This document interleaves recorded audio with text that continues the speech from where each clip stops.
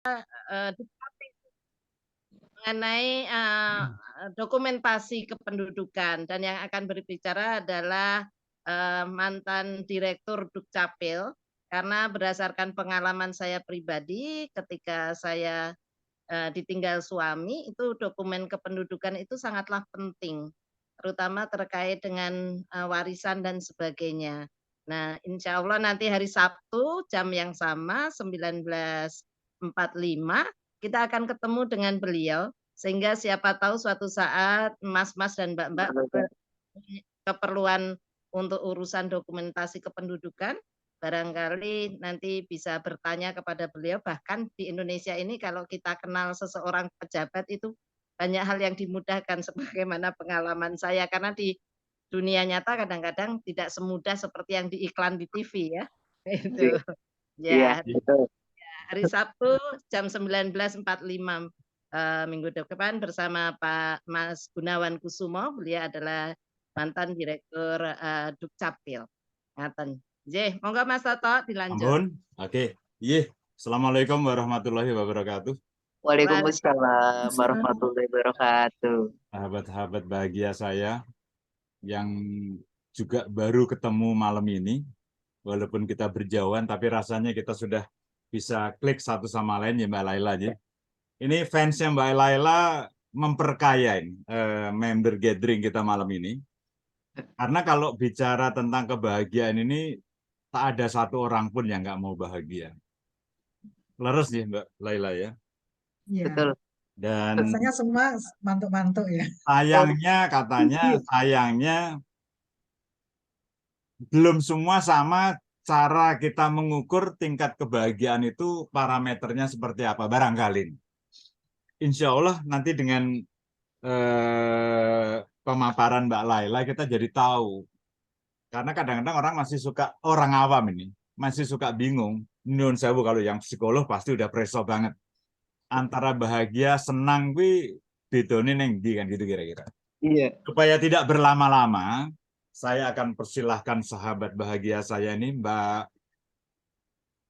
Nur Laila Effendi, yang pakar memang di bidang psikologi, Oke. dan beliau ini lebih, atau mungkin apa kata-kata yang tepat ya, memfokuskan pengamatan, penelitian itu ke daerah di sekitar-sekitar kebahagiaan, sehingga beliau harus melalang buana kemana, ke keliling dunia, ke ujung pun dijabanin untuk mendapatkan tadi bahagia yang sebenarnya seperti apa. Saya persilahkan Mbak Laila, monggo, kita sudah nggak sabar menunggunya. Ya. Baik, terima kasih Mas Toto. Halo Pak Gimi, Pak Gimi baru bergabung. Oh, Pak Gimi ini Mas Gimi, Oh iya, Sugeng. Pak Gimi, Kang Gimi. Halo, Ya, Kang selamat Gimi ini malam. selamat malam. Sehat-sehat semuanya. Alhamdulillah, terima kasih Ya. sudah bergabung. Iya, Ya. makasih sama-sama, senang diundang juga. Ya. Jadi Kang Gimi ini juga teman di psikologi positif, satu grup di riset gitu ya. Minggu depan, Rabu depan kita ketemu di Jogja. Insya Allah. Insya Allah. Baik, jadi tadi seperti disampaikan Mas Toto bahwa Indonesia Happy Living itu ada pertemuan gathering yang santai-santai gitu ya, tiap 2 minggu sekali dengan topik yang berbeda-beda. Tadi dijelaskan Mbak Titi, minggu depan ada tentang terkait dengan kependudukan gitu ya, telah disampaikan oleh mantan direktur Dukcapil ya Mbak. Dukcapil, iya. Baik, saya dapat jatahnya gitu. Karena waktu itu kebetulan pas traveling ke negara-negara Nordik gitu ya. Di sana kan memang tingkat happiness-nya tertinggi di dunia. Terus Mbak Titi dan Mas Toto, Mbak sharing-sharing gitu. Wah, dengan senang hati gitu ya. Dengan Iya, senang mungkin hati. nuwun sewu Mbak Laila. Mungkin Ya. kalau yang minggu depan tanggal 22 itu adalah Zoominar ya. Tapi kalau 2 minggu sekali itu member gathering. Oke. Member gathering itu isinya ya program berbagi antar kita yang kira-kira bisa menginspirasi dan memberi manfaat untuk member kita. Jadi kita juga mengundang semua yang rawuh malam ini untuk be a member. daripada Indonesia Happy Living ini. Matur nuwun sudah gabung. Insya Allah tambah semarak. Monggo. Iya, nanti kalau bisa Baik. kesini lagi, aku bingung nanti kapan ngetop. Saya untuk memudahkan saya pakai slide ya, karena Monggo, supaya monggo, yes. mudah. Kalau saya ngomong aja nanti kesian yang nganu belajarnya tuh auditori gitu ya, kan cepet hilang gitu. Jadi saya sampaikan pakai slide gitu. Baik, sudah kelihatan Bapak Ibu sekalian? Sama tinggal di slideshow, Pak. Ya, nah udah ya. Baik, terima kasih. Saya akan langsung aja. Ini adalah belajar bahagia dari negara lain. Tapi di ini saya akan menyampaikan begini. Konsep bahagia itu apa? Kalau konsep bahagia di negara itu bagaimana, begitu ya, supaya kita juga tahu, oh ternyata kalau negara itu seperti ini gitu. Kalau nanti individu adalah seperti ini, supaya kita juga tahu.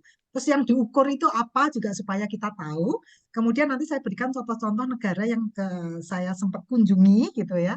Jadi dari data mereka itu seperti apa, saya sendiri sharing dari pengalaman saya di sana gitu. Jadi mematchkan gitu.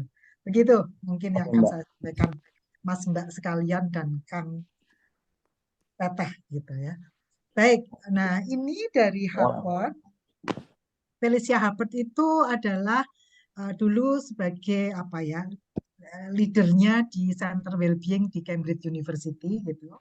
Nah, beliau menyampaikan ini dan ini nanti akan kita lebih memudahkan kita untuk memahami juga. Jadi saya pakai yang well-being dulu ya, Bapak Ibu sekalian. Nah, ini kalau kita lihat ada individual well-being, jadi happiness juga ada individual happiness, interpersonal, community, dan society. Setelah itu planet. Nah, kalau negara masuknya gimana? Kadang-kadang kita kecampur tuh negara dan individual gitu. Nanti kita lihat surveinya di Indonesia ya oleh BPS. Itu dia masuknya individual atau negara atau society, itu state juga bisa masuk society gitu. Nah, kalau negara itu masuknya di society ini masuknya. Jadi di dalamnya ada community, interpersonal, individual. Begitu. Ya, nanti saya gabungkan juga bagaimana masuk ke individualnya. Oke. Nah, salah satu yang mengukur di dunia ini OECD gitu ya. Dia mengukur jadi well-being itu seperti apa di negara-negara. Itu akan direkomendasikan ke negara tertentu untuk ada policy-policy apa gitu. Jadi negara itu mengambil langkah-langkah konkret apa gitu ya. Nah, ini kebetulan saya beruntung. Jadi sebelum pandemi, berapa bulan sebelum pandemi itu saya ketemu orang OECD. Jadi dia menjelaskan gitu. Ya dapat menjelaskan ini waktu itu di Granada, Spanyol. Baik. Nah, kemarin kesempatan, jadi negara, kebetulan ada European Conference Positive Psychology di Iceland. Nah, ini adalah Perdana Menterinya, karena Iceland ini nomor 4 gitu. 4 atau 3 ya kebahagiaannya. Jadi di dunia itu nomor 4 atau 3, saya lupa. 4 ingat saya. Nah, ini adalah yang paling kiri Perdana Menterinya, ini Menteri Kesehatannya gitu. Nah, yang kanan ini adalah, jadi mereka tuh seperti ada unit negara itu mereka positive psychology dan bagaimana positive psychology itu sustain gitu di negara itu gitu.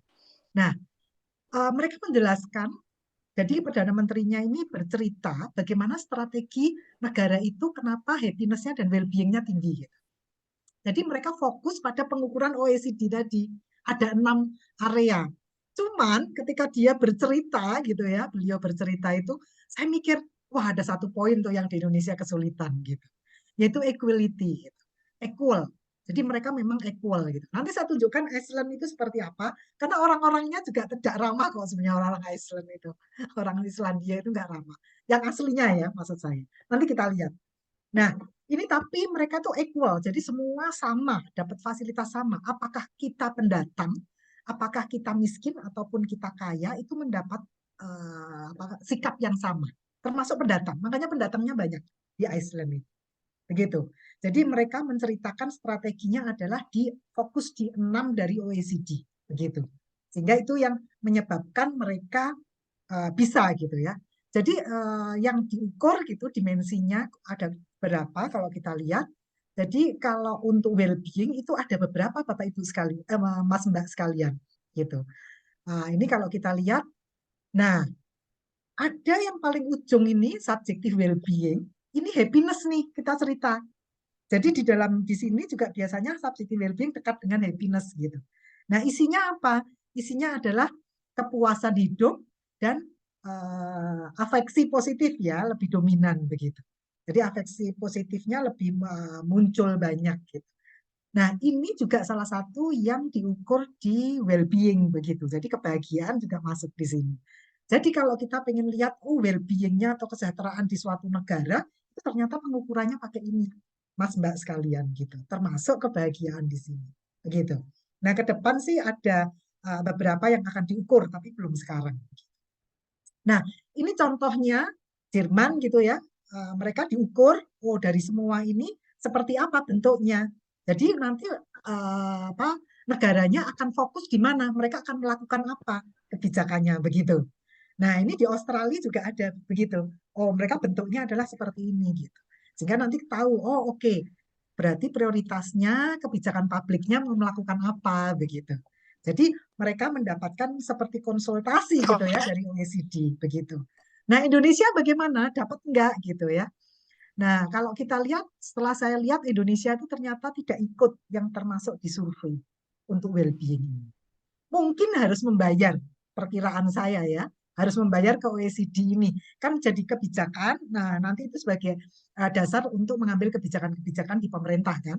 Mungkin Indonesia belum sampai ke mengambil konsultan ini gitu ya. Nah, ini negara-negara maju memang melakukan seperti ini gitu. Jadi memang memudahkan pemerintah untuk membangun apa itu untuk kesejahteraan masyarakatnya. Begitu. Nah, ini ada bukunya gitu ya. Buku ini bagus bagaimana membuat orang itu bahagia dan sejahtera di dunia gitu ya. Nah, penulisnya kalau kita lihat ini kan ada penulisnya ada 4 ya. Nah, penulisnya salah satunya ini adalah dia sebagai konsultan di United Emirates Arab. United Arab Emirates gitu ya. Nah, di sana kan ada Kementerian Happiness. Jadi, ini dia mendesain program happiness di sana gitu.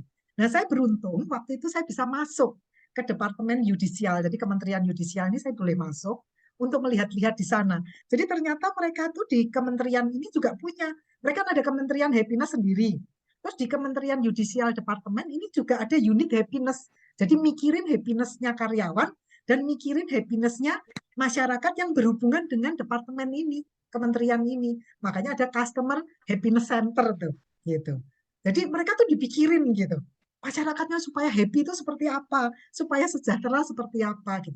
Nah, saya nggak bisa nyebutnya Bridget siapa, Grenfell Cliff atau siapa gitu ya namanya itu penjelasannya. Dia memang mendesain di sana begitu. Dan saya cukup beruntung karena saya bisa masuk, bisa akses ke sana. Nah, untuk development goals itu dulu memang tahun 60-an itu memang GDP gitu ya. Tapi ternyata kok nggak cukup gitu. Kalau GDP aja gitu. Terus kemudian human development. Kita kenalnya HDI gitu ya, Human Development Index. Ternyata nggak cukup gitu. Nah, kemudian menjadi happiness nih. Ini sebetulnya juga diinspirasi oleh Raja keempat di Bhutan. Raja keempat di Bhutan itu karena dia menerapkan gross national happiness kepada di negaranya. Gitu. Itu tahun 72 waktu dia masih umur 18 tahun kok itu raja itu. Gitu. Jadi namanya susah, jadi saya tulis saja di sini. Jadi kebahagiaan bruto nasional atau gross national happiness dia sudah menerapkan. Nah, nanti berikutnya Bhutan ini di beberapa tahun terakhir nggak muncul tuh di survei happiness. Ya, saya nggak tahu alasannya kenapa. Tapi ini memang happiness index suatu negara ini dapat inspirasi gitu ya dari negara Bhutan begitu. Nah, kalau kita lihat happiness itu kan bisa individu, bisa family-nya tuh happy gitu ya, grup, community, organisasi, society. Nah, kalau negara kan masuknya society. Nah, sekarang pertanyaannya, kalau itu happiness-nya suatu negara itu ngukurnya gimana gitu ya? Dikatakan negara itu kenapa kok negara itu happiness-nya tinggi gitu? Kenapa negara X happiness-nya kok sedang begitu? Nah, ini sebelumnya saya masuk ke Indonesia dulu ya. Di Indonesia ada ukuran happiness. Ini kalau kita lihat tahun 2021, yang paling happy itu kok Maluku Utara gitu. Nah, sekarang Mas Mbak tinggal di mana itu bisa kelihatan tuh. Ada di mana. Kalau saya Jawa Timur tuh di tengah gitu ternyata gitu. Jawa Tengah agak bawahnya gitu ya. Kemudian Jakarta mana ya? Jakarta saya nggak kelihatan. Nah, nanti bisa lihat masing-masing ada di mana. Nah, Banten itu justru paling bawah kalau dilihat di sini. Nah, tapi pertanyaannya, apakah ini mengukur kebahagiaan suatu provinsi? Begitu ya. Apakah mengukur kebahagiaan aja orang yang berada di sana? Gitu. Itu menjadi pertanyaan gitu. Ini dari BPS itu sudah melaksanakan survei happiness di Indonesia. Jadi tiap provinsi itu ada begitu. Nah, yang diukur apa dari BPS di negara kita? Itu kepuasan hidup personal, kepuasan hidup sosial, kemudian dimensi perasaan gitu ya, perasaannya lebih dominan di mana gitu ya, positif atau negatif gitu, afeksinya begitu. Nah, kalau kita lihat di terakhir-terakhir dia 2 tahun terakhir ingat saya, mereka nambahin makna hidup. Jadi supaya happiness-nya itu bukan hedonik aja, tapi ada eudomonianya masuk gitu. Nah, sekarang sudah masuk gitu.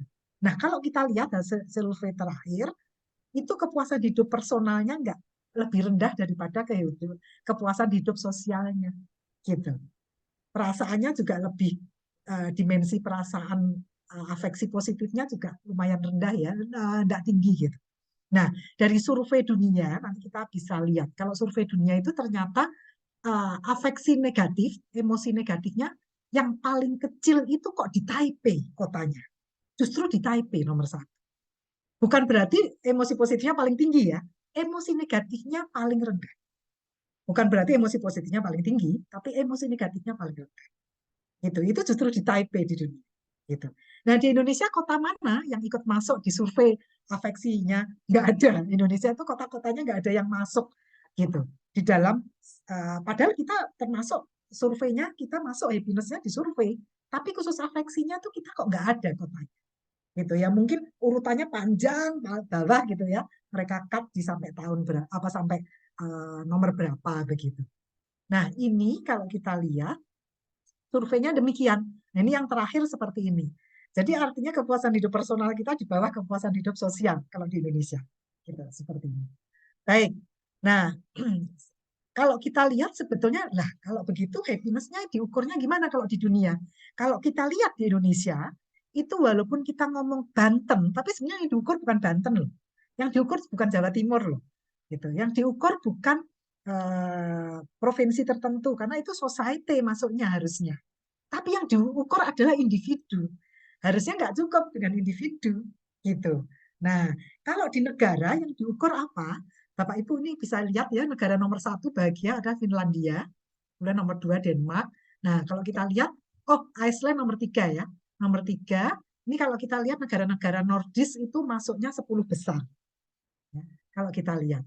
Nah, yang diukur apa? Bapak Ibu ini ada di bawah itu, ada GDP per kapitanya, kemudian social support-nya seperti apa, kemudian harapan hidupnya seperti apa, kebebasannya ketika berpendapat seperti apa, gitu, generosity-nya seperti apa. Nah, Indonesia itu indeks giving-nya nomor 1 di dunia. Indeks giving-nya itu nomor 1 di dunia. Nah, corruption level, kemudian ada positif affect dan negatif affect-nya juga diukur. Jadi ini yang diukur sebetulnya di suatu negara. Gitu. Nah, memang yang diambil sampel adalah orang, tapi yang diukur juga ada juga yang diukur adalah per kapitanya, social support-nya. Nah, kalau kita, ini saya ambil, kebetulan ini contoh di India ya, Mas Mbak sekalian. Nah, kalau dia GDP-nya di dunia dia nomor 103. Social support-nya 140, jadi orang India itu agak individualis kalau kita lihat ya, kalau menunjukkan gitu. Kemudian harapan hidupnya dia juga lumayan rendah ya, kalau kita lihat. Dia urutannya nomor 103. Kebebasan berbicara, dia nomor 34. Lumayan ya berarti. Gitu. Kemudian generosity-nya 44. Corruption level-nya 73. Nampaknya banyak perbaikan korupsi, karena korupsinya luar biasa waktu itu. Saya 12 tahun yang lalu itu ke India, ke 6 kota dalam 12 hari, itu memang mereka lagi menerapkan untuk mengurangi korupsi. Contohnya bagaimana? Jadi misalnya bisnya tuh jelek loh Bapak Ibu, Mas Mbak sekalian ya, bukan bis yang bagus. Itu mereka sudah pakai PDA. Jadi orang nggak, apa namanya, yang nagih-nagih di bis itu apa sih namanya? Kondektor ya. Kondektornya tuh nggak bisa korupsi karena udah pakai PDA gitu. Padahal bisnya tuh jelek. Saya naik bis itu sampai ke Trivandrum gitu ya, ibu kota Kerala itu. Itu saya lihat, oh pakai PDA. Jadi saya mengamati di sana. Kemudian di Mumbai itu saya lihat karcisnya tuh nggak pernah disurvei. Jadi kalau kita naik kereta gitu, saya lihat kok nggak pernah ada petugas ya yang meriksa. Terus saya tanya sama mereka, ini nggak pernah diperiksa ya? Iya, kenapa kamu tetap beli karcis? Saya bilang gitu. Dia bilang, iya kadang-kadang ada sidak. Kalau ada sidak kita ketahuan, foto kita dipasang besar sekali di stasiun itu gitu. Bahwa kita adalah seperti itu. Nah itu punishment-nya seperti itu gitu. Jadi mereka memang corruption level itu mereka mengurangi banyak sisi gitu. Nah saya lihat yang orang korupsi atau copet gitu ya, orang jahat itu saya lihat di Mysore itu fotonya terpampang besar gitu gitu. Itu Jadi social benar-benar punishment itu. orang panis sosialnya tinggi Ya. sekali gitu. Jadi memang agak menarik di India itu. Tapi kalau saya lihat corruption levelnya dia terjadi perbaikan cukup banyak. Oke, nah kita akan fokus pada 10 negara ini karena saya diminta untuk juga menceritakan gitu ya kondisi di sana seperti apa dan mereka kenapa mereka karena gini, Mas Mbak sekalian, ini kan ada yang disurvei ini ya per kapita GDP segala macam. Ini warnanya kan beda-beda ya. Ada yang merah, biru tua, hijau, kuning segala macam. Itu menggambarkan ini semua. Makanya kenapa urutannya tadi si India tadi bisa nomor 140 dan lain sebagainya. Itu mereka jadi totalnya mereka ada di nomor 1, nomor 2, nomor berapa gitu ya. Jadi nomor ini, jadi warna-warna ini adalah menggambarkan yang disurvei itu. Baik, ini yang tadi saya sampaikan di Bhutan itu akhirnya 2021 report untuk mereka itu dihapuskan untuk sementara waktu gitu. Saya nanti saya cari alasannya ya. Nah, Indonesia nomor berapa? Kalau kita lihat Indonesia nomor 87 gitu. Ya, 87 urutan kebahagiaan di dunia. Baik, nah saya mulai di negara barat dulu gitu ya. Karena tadi kalau kita lihat Switzerland itu nomor 4 gitu ya. Nomor 4. Nah, baik. Saya ambil Eropa dulu, terus nanti nyambung non-Eropa, terus Nordik, negara Nordik yang memang selalu masuk 10 besar. Karena Nordik ini menjadi perhatian dunia, termasuk siswa terhappy di dunia itu di negara Nordik kan, terhappy di dunia. Nah ini Mas Mbak sekalian di Swiss gitu. Nah kalau di Swiss itu memang mereka mendapat support alamnya luar biasa gitu ya, yang membuat mereka bisa dekat dengan alam gitu. Itu salah satu keuntungan gitu. Dan satu yang menarik, mereka tuh ternyata obesitasnya terendah di Eropa gitu, orang-orang dari Swiss itu. Nah, bagaimana dengan orang-orangnya?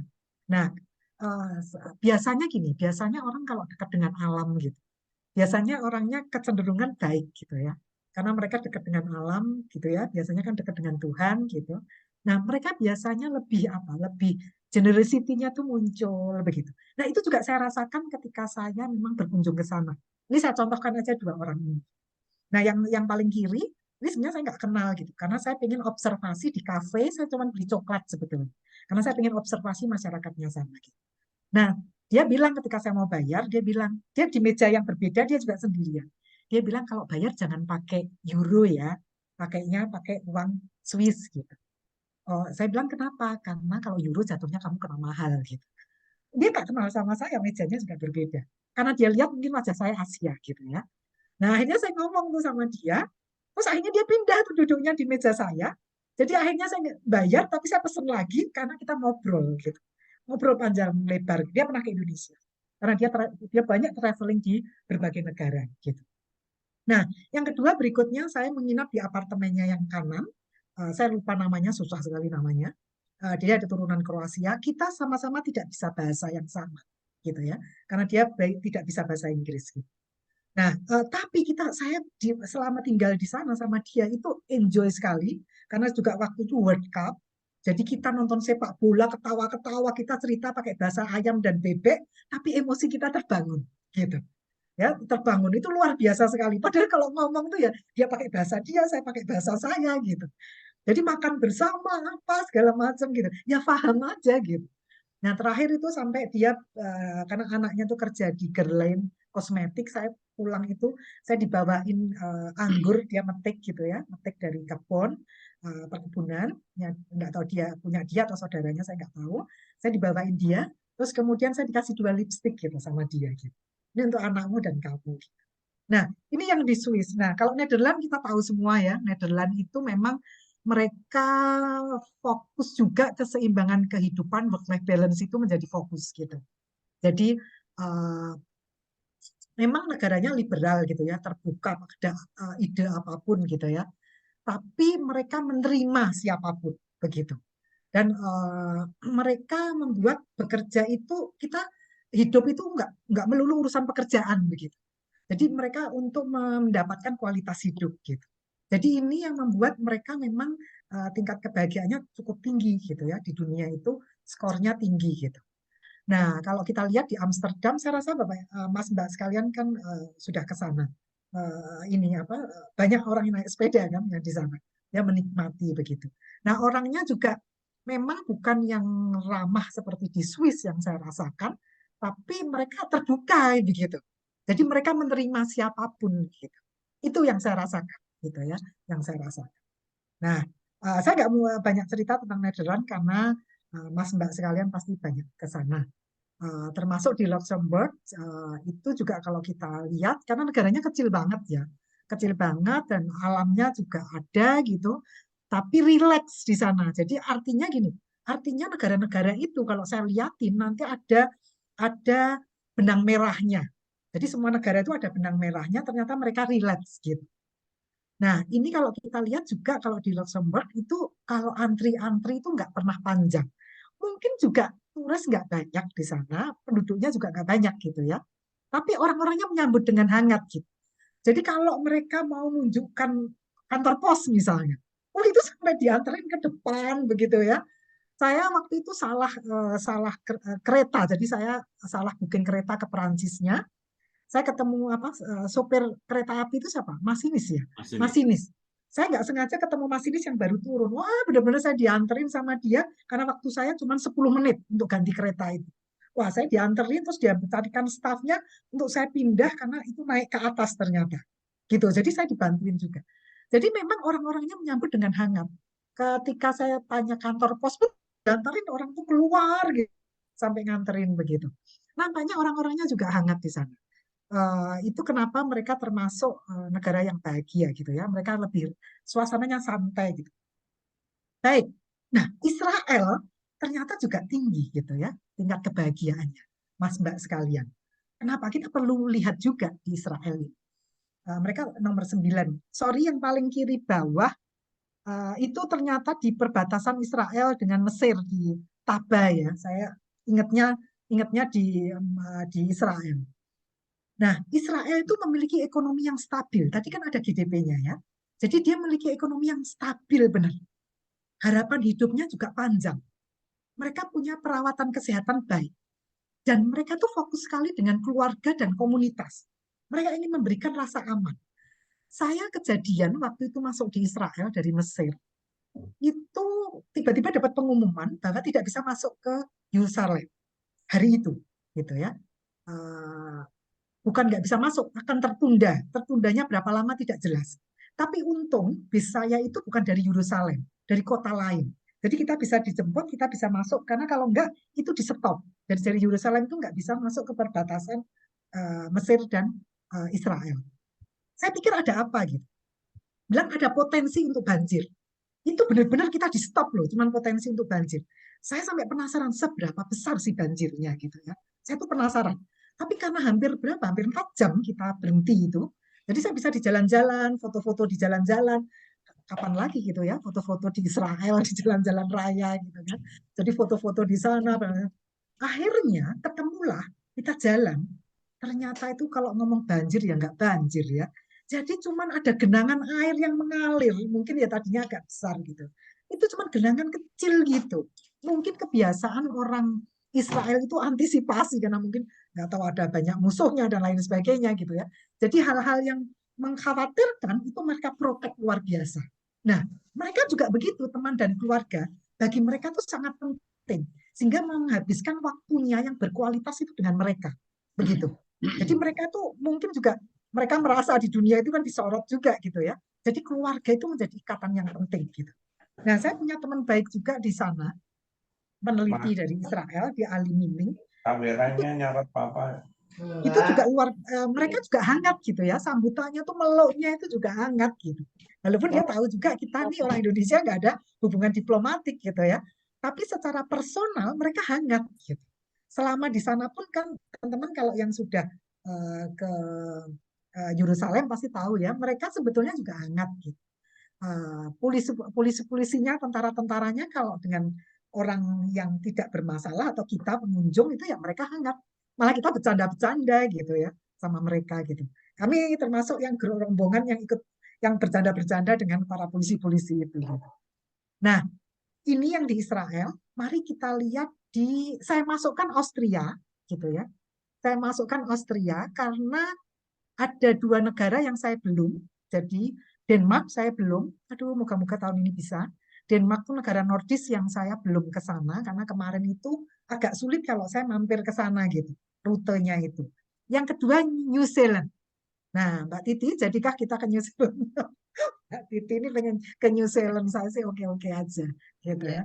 Itu ternyata termasuk negara yang bahagia 10 besar di dunia. Nah, ini karena nggak saya masukkan, karena saya nggak pernah visit di sana, di 2 negara ini, saya masukkan Austria yang nomor 11, karena dekat ya. Jadi tata kotanya kalau kita lihat di ibu kotanya itu, Austria itu ibu kotanya apa ya kok? Jadi lupa saya.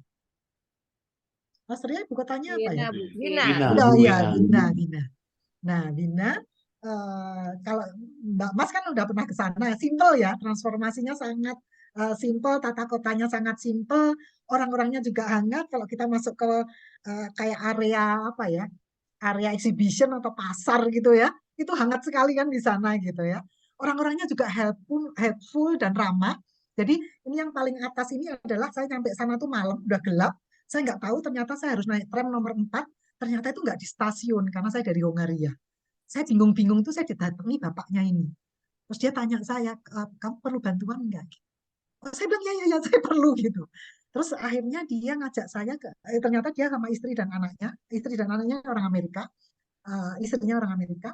Terus saya diajak ke informasi, ditemenin sama dia, ternyata tramnya itu di luar stasiun kereta api. Jadi saya ditemenin oleh mereka ini ke tram sana gitu ya, luar gitu. Setelah itu bapaknya tuh ngomong begini, kita anterin aja ke tempat dia nginap, ke tempat saya nginap. Nanti kita balik ke stasiun lagi. Nah, itu saya temuin bukan 1-2 orang di sana gitu. Itu cukup banyak gitu. Termasuk ketika saya habis nonton konser Mozart gitu, Mozart ya, gitu. Nah, itu saya juga malam jam 11 malam, karena saya patokannya perempatan itu adalah kafe. Oh, saya harus masuk perempatan itu. Jadi patokannya itu saya kafe kalau malam itu. Tapi kebetulan malam itu minggu kafenya nggak buka gitu. Jadi saya nggak ngerti mau kemana. Dan udah jam 11 malam. Jadi kebetulan ada orang satu lewat. Aduh, saya tunggu. Ada satu orang lewat ya tengah malam itu. Terus satu orang tuh lewat. Saya diantar sama dia. Laki-laki ternyata dia pernah ke Bali ketika dia umur 15 tahun. Karena ayahnya pilot KLM. Nah, itu mereka memang begitu. Helpful sekali dan ramah gitu ya. Dan mereka relax gitu. Saya rasakan, mungkin Mas Mbak juga ngerasakan kan, relax dan WLB-nya juga work-life balance-nya juga kerasa. Nah ini, nanti kalau kita lihat, WLB itu sebetulnya dasar dari well-being. Jadi kalau kita mau ngomong well-being, kesejahteraan, work-life balance itu adalah dasar yang paling dasar. Gitu. Jadi kalau nanti di perusahaan well-being, work-life balance itu juga paling bawah. Kalau di Indonesia kan barang mewah. Gitu.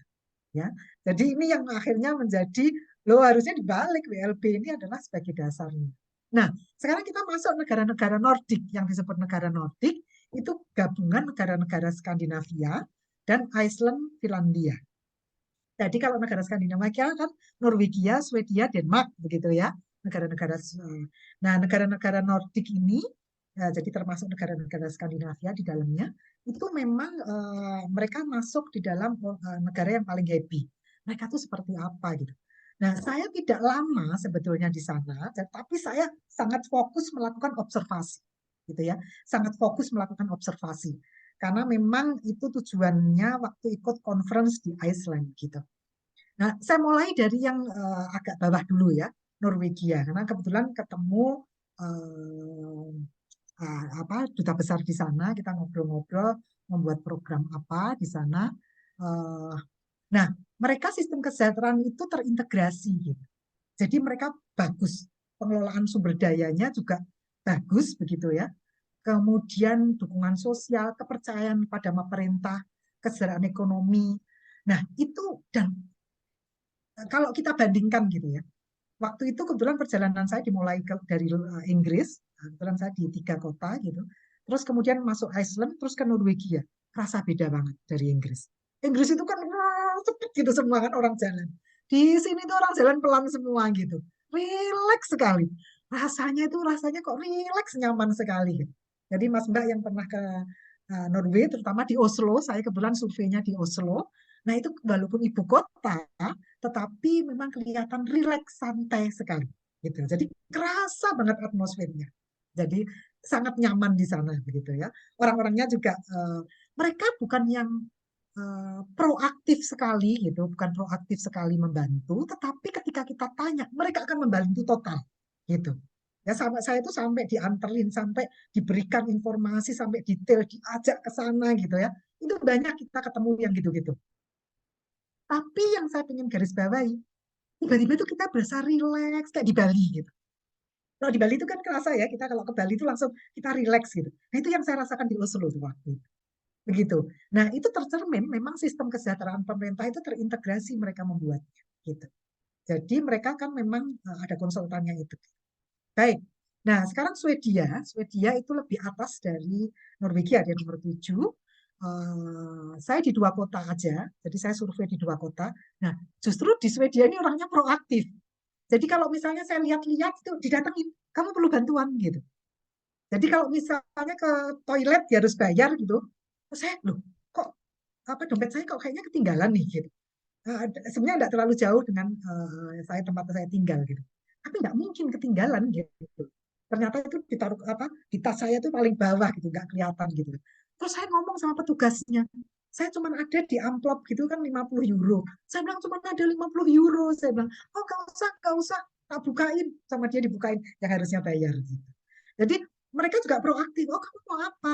Kemudian saya pergi ke luar kota gitu ya, jadi ke kota yang di luar Stockholm, saya naik kereta. Nah, untuk menuju ke tempat yang dulu kantor saya tuh pusatnya di sana, di kota itu. Jadi saya pengen nostalgia gitu. Nah, ketika saya naik bus itu, ketika saya mau turun, saya ditanyai sama super busnya. Dia bilang gini, kamu udah tahu tujuannya mau kemana? Gitu. Saya bilang, aku mau ke AstraZeneca gitu. Oh oke.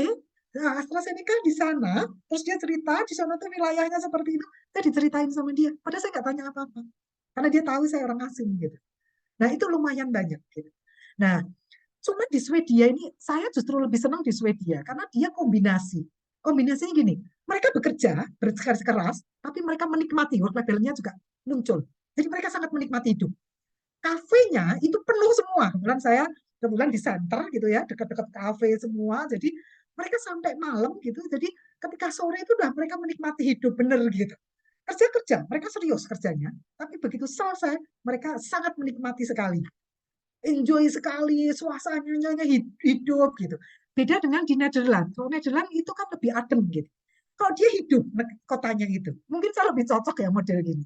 Jadi saya senang sekali di Stockholm itu, nggak tahu ikatannya jadi kuat. Alamnya juga indah, gitu ya. Alamnya itu luar biasa indah, tata kotanya juga indah.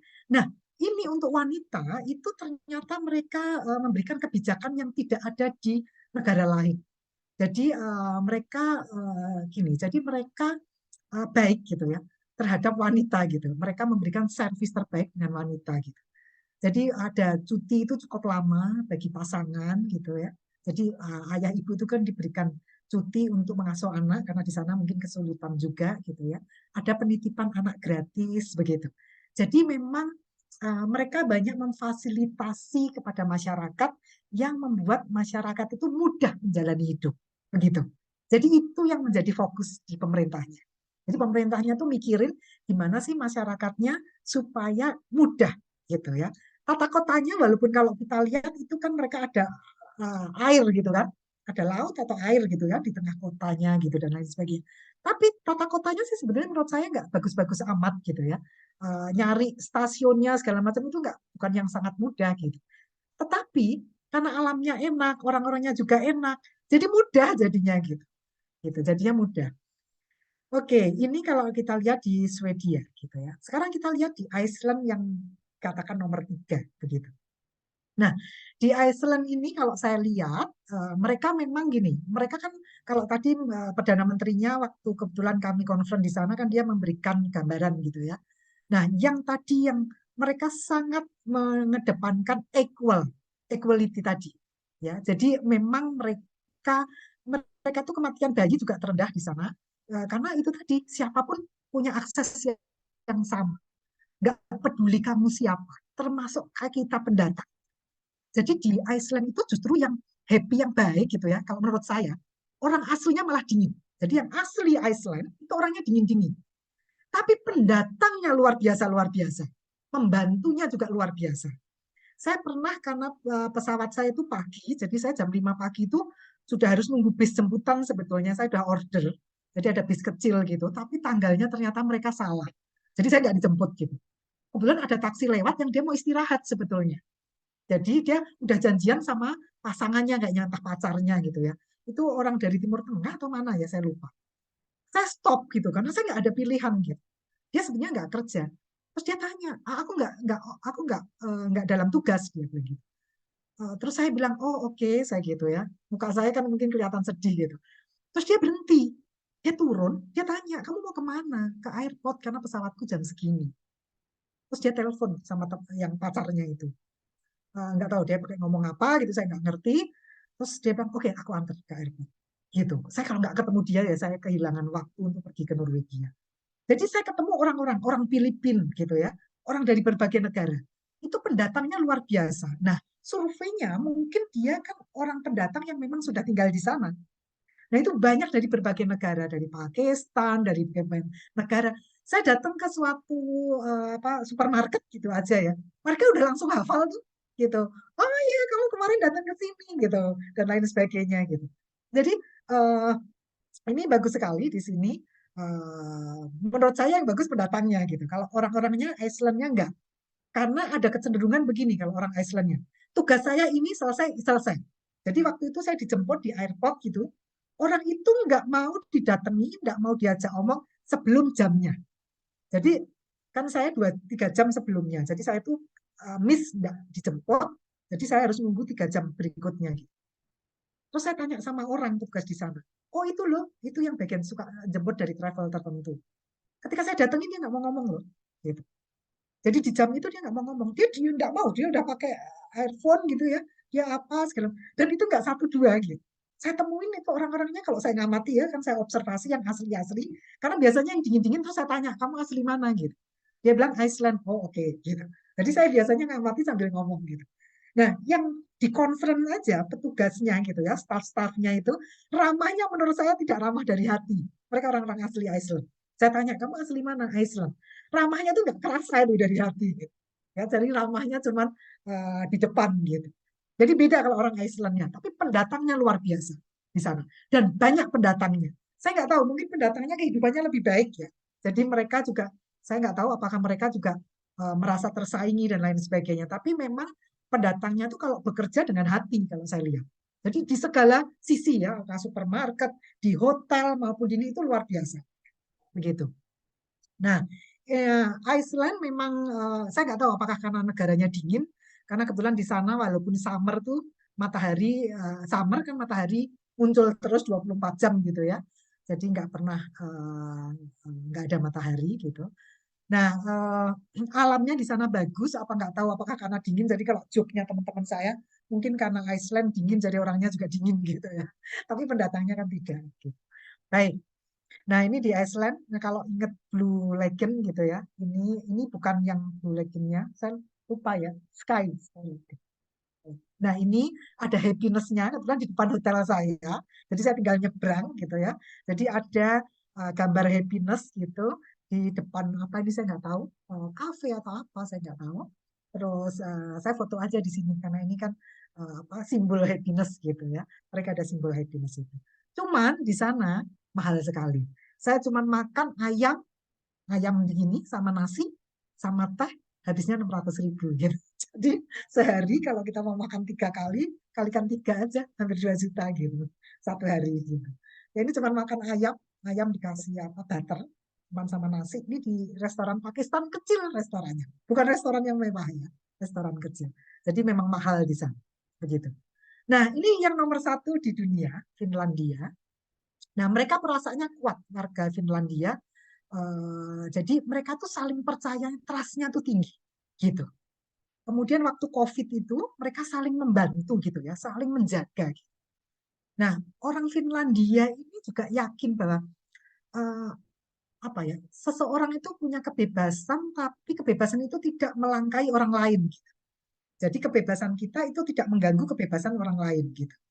Mereka tuh curiganya dengan orang lain rendah, sehingga korupsi terhadap pemerintah juga mereka rendah gitu ya. Kenapa itu Finlandia nomor 1? Nah, yang menarik menurut saya kebetulan beruntung karena di sana lagi ada parade angkatan gitu ya. Biasanya kalau ada angkatan itu kan kalau ketemu orang angkatan lagi rame-rame ya kita rada deg-degan gitu ya. Nah, waktu itu ketika bubaran gitu kan mereka pakai bus-bus gitu ya. Ada satu lorong itu isinya dari angkatan apa saya lupa. Saya mau jalan itu saya ragu. Waduh, saya takut gitu. Orangnya kan gede-gede gitu ya. Saya agak takut gitu. Terus mereka menyambut ramah gitu. Jadi kalau saya lihat ketika melakukan parade itu, masyarakatnya di situ itu bangga sekali dengan apa kepolisiannya, polisi di sana, angkatan laut, angkatan darat, walaupun mereka nggak punya ini kan kapal selam kan, mereka nggak punya kapal selam. Mereka takut, makanya mereka daftarkan di Uni Eropa kasus perang Rusia ini kan. Karena mereka kena perjanjian dengan Perancis kan, nggak boleh punya kapal selam itu. Nah, itu kalau saya lihat, mereka tuh bangga dengan angkatan laut, kepolisian, angkatan darat gitu ya. Apalagi parade itu mereka menservis masyarakatnya, masyarakat itu bangga dengan angkatannya gitu. Kebetulan saya beruntung karena kebetulan pas ada acara itu gitu. Jadi mereka luar biasa kalau saya lihat kepercayaannya terhadap pemerintah. Kalau sekarang kita kan dengan kepolisian itu kita rendah, skor kita kan jatuh kan dengan kepolisian. Mereka berbeda gitu ya. Mereka menyatu gitu. Jadi nggak takut gitu dengan angkatan-angkatan itu nggak takut karena mereka bangga gitu. Nah, termasuk ketika saya masuk di stadion untuk apa namanya Olimpiade, stadion Olimpiade itu yang waktu setelah Perang Dunia Kedua itu kan harus dilakukan, mestinya ke Jepang tapi akhirnya ke Finlandia kan. Nah, saya masuk ke sana, kebetulan ditutup. Jadi hari itu ditutup. Nah, saya lihat-lihat di luar, tapi saya pengen masuk gitu. Paling nggak masuk di bagian dalam-dalam yang saya bisa jangkau. Terus saya ngomong sama petugasnya, ini tutup ya, Bang. Terus dia tanya saya, kenapa? Aku pengen lihat, aku dari negara lain gitu. Oh, oke, masuk gitu. Terus saya dijelas-jelasin sama dia, gitu ya. Dijelas-jelasin, diomong-omongin gitu. Ini apa? Terus kemudian terus saya hanya bisa cerita tentang kesehatan di mereka. Mereka memang apa? Kalau di kita tuh UMK gitu ya. Mereka memang tinggi ya, tinggi sekali dan kesehatan itu juga luar biasa. Saya diceritain yang petugas yang di sana itu. Jadi dia cerita banyak tentang negaranya, termasuk mereka sebetulnya kan seperti negara Indonesia, non-blok kan. Cuman dia mendaftarkan di Uni Eropa karena kasus Rusia, karena dia kapal selamnya Rusia itu kan masuk di perairan Finlandia. Finlandia itu hampir mirip Indonesia gitu kan, negara kepulauan. Jadi banyak pulau-pulau di sana gitu kan, lautnya banyak begitu. Nah, mereka takut karena ada dari Rusia itu sehingga mereka masuk ke Uni Eropa gitu. Tadinya mereka sebenarnya non-blok. Mereka sangat enak orang-orangnya. Dan kalau kita berinteraksi di luar gitu ya, kalau kita amati, biasanya kan orang Barat itu kalau dia jalan dengan anak kecil, mereka anak kecil juga diam kan. Nah, kalau di sini tidak, mereka itu berinteraksi. Jadi kalau orang lain pun ikut berinteraksi dengan anaknya itu gitu. Jadi mereka tuh hangat gitu. Jadi semua di lapisan hangat. Dan yang satu lagi yang menurut saya itu sangat-sangat penting sekali, tata kotanya bagus. Jadi kita akses kemanapun itu mudah. Termasuk ke airport, walaupun pakai bahasanya, kadang bahasanya kita nggak paham. Tapi ada simbol-simbol yang kita sangat mudah sekali. Airportnya itu mudah sekali, enak sekali. Gitu. Terus staf di sana ketika menyambut saya gitu, ketika saya mau ke Polandia gitu ya. Jadi nanti kerasa sekali saya dari Finlandia ke Polandia itu kayak drop sekali gitu. Nah, itu saya bilang, saya ngerti kenapa negaramu itu happiness-nya nomor 1 di dunia. Saya ngomong sama staff-staff di pesawat itu gitu. Ya seperti kalian ini saya ngomong gitu karena mereka tuh luar biasa membantu dan mudah sekali gitu ya. Jadi kemudahan itu menjadi penting. Jadi artinya gini, ketika pemerintah memberi kemudahan kepada warganya, equal, mereka diberikan fasilitas, diberikan kemudahan, masyarakatnya juga memberikan kemudahan kepada orang lain. Nah, itu menjadi penting gitu. Nah, ternyata mereka melakukan itu. Kita belajar dari Finlandia seperti itu. Sekolah yang paling bahagia itu juga dari Finlandia gitu ya. Murid-muridnya paling bahagia ada di sana. Sayangnya saya nggak bisa masuk ke sekolah karena waktu itu summer, hari libur, jadi saya nggak bisa masuk surveinya ke sekolah-sekolah. Tapi saya amati anak-anak itu yang di jalan-jalan itu. Mereka sangat hangat dengan orang asing dan kita bisa berinteraksi dengan mereka dan mereka juga menyambut gitu, termasuk orang tuanya. Kalau saya berinteraksi dengan anak-anak kecil yang di stroller gitu ya, mereka menyambut. Nah, itu kalau kita lihat ternyata karena pemerintahnya memberikan kemudahan kepada warganya, sehingga warganya juga sangat memudahkan pada kita-kita. Banyak hal kita mendapatkan kemudahan di sana. Dan yang satu lagi yang saya ingin garis bawahi, antara pemerintah, antara angkatan dengan masyarakatnya, itu menyatu. Begitu. Itu yang saya rasakan di sana. Begitu. Baik. Jadi sekarang kalau kita lihat, itu adalah society, negara gitu ya. Nah, sekarang di Indonesia gimana? Tadi Indonesia udah ada surveinya, tapi kalau kita lihat surveinya juga adalah individual, bukan society. Jadi pemerintah tidak membuat kebijakan publik yang terkait happiness masyarakat. Kalau kita lihat belum. Makanya sulit, kayak Pak Emil itu akan membuat happiness di masyarakat Jawa Barat kan fokus gitu ya. Pak Emil dari hasil survei itu mencoba ditindaklanjuti. Agak susah, karena yang disurvei individu, kepuasan, makna hidup, dan afeksi positif, bukan society-nya. Sehingga kebijakannya mau melakukan langkah apa-apa itu agak sulit gitu. Jadi,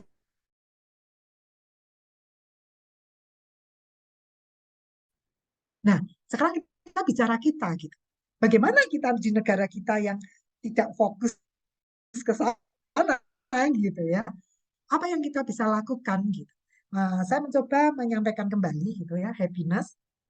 Jadi ini bukan nilai eksak tetapi adalah untuk memudahkan saja gitu. 10%, 50%, 40% ini bukan nilai eksak. Si Sonia Lomborski itu untuk mendeskripsikannya supaya kita lebih mudah. Gini, jadi kalau yang 50% itu disposisi genetik, mungkin karakter strength itu juga masuk di sini gitu ya. Jadi kalau kita punya karakter strength, nah kalau kita lihat kan ada gini ya, ada keluarga yang jatuh gitu ya usahanya, tapi anaknya biasa-biasa aja. Tapi ada juga keluarga yang jatuh, keluarganya ekonominya jatuh gitu, terpuruk, terus mereka narkoba dan lain sebagainya. Kenapa mereka bisa berbeda? Gitu. Nah ini ada kaitannya di sini karena karakter positif karakter itu kalau kita kan punya positif karakter tertentu gitu ya. Nah itu bisa terkait langsung dengan happiness, bisa terkait langsung dengan kepuasan hidup gitu. Jadi karakter-karakter positif tertentu itu bisa terkait langsung di sana. Nah ini 50%. 40% itu sebetulnya internal state of mind kita. Jadi pola pikir kita, kita, feel kita yang menjadi perilaku kita. Nah kalau kita bangun ini, sebetulnya itu happiness akan terbangun seperti ini.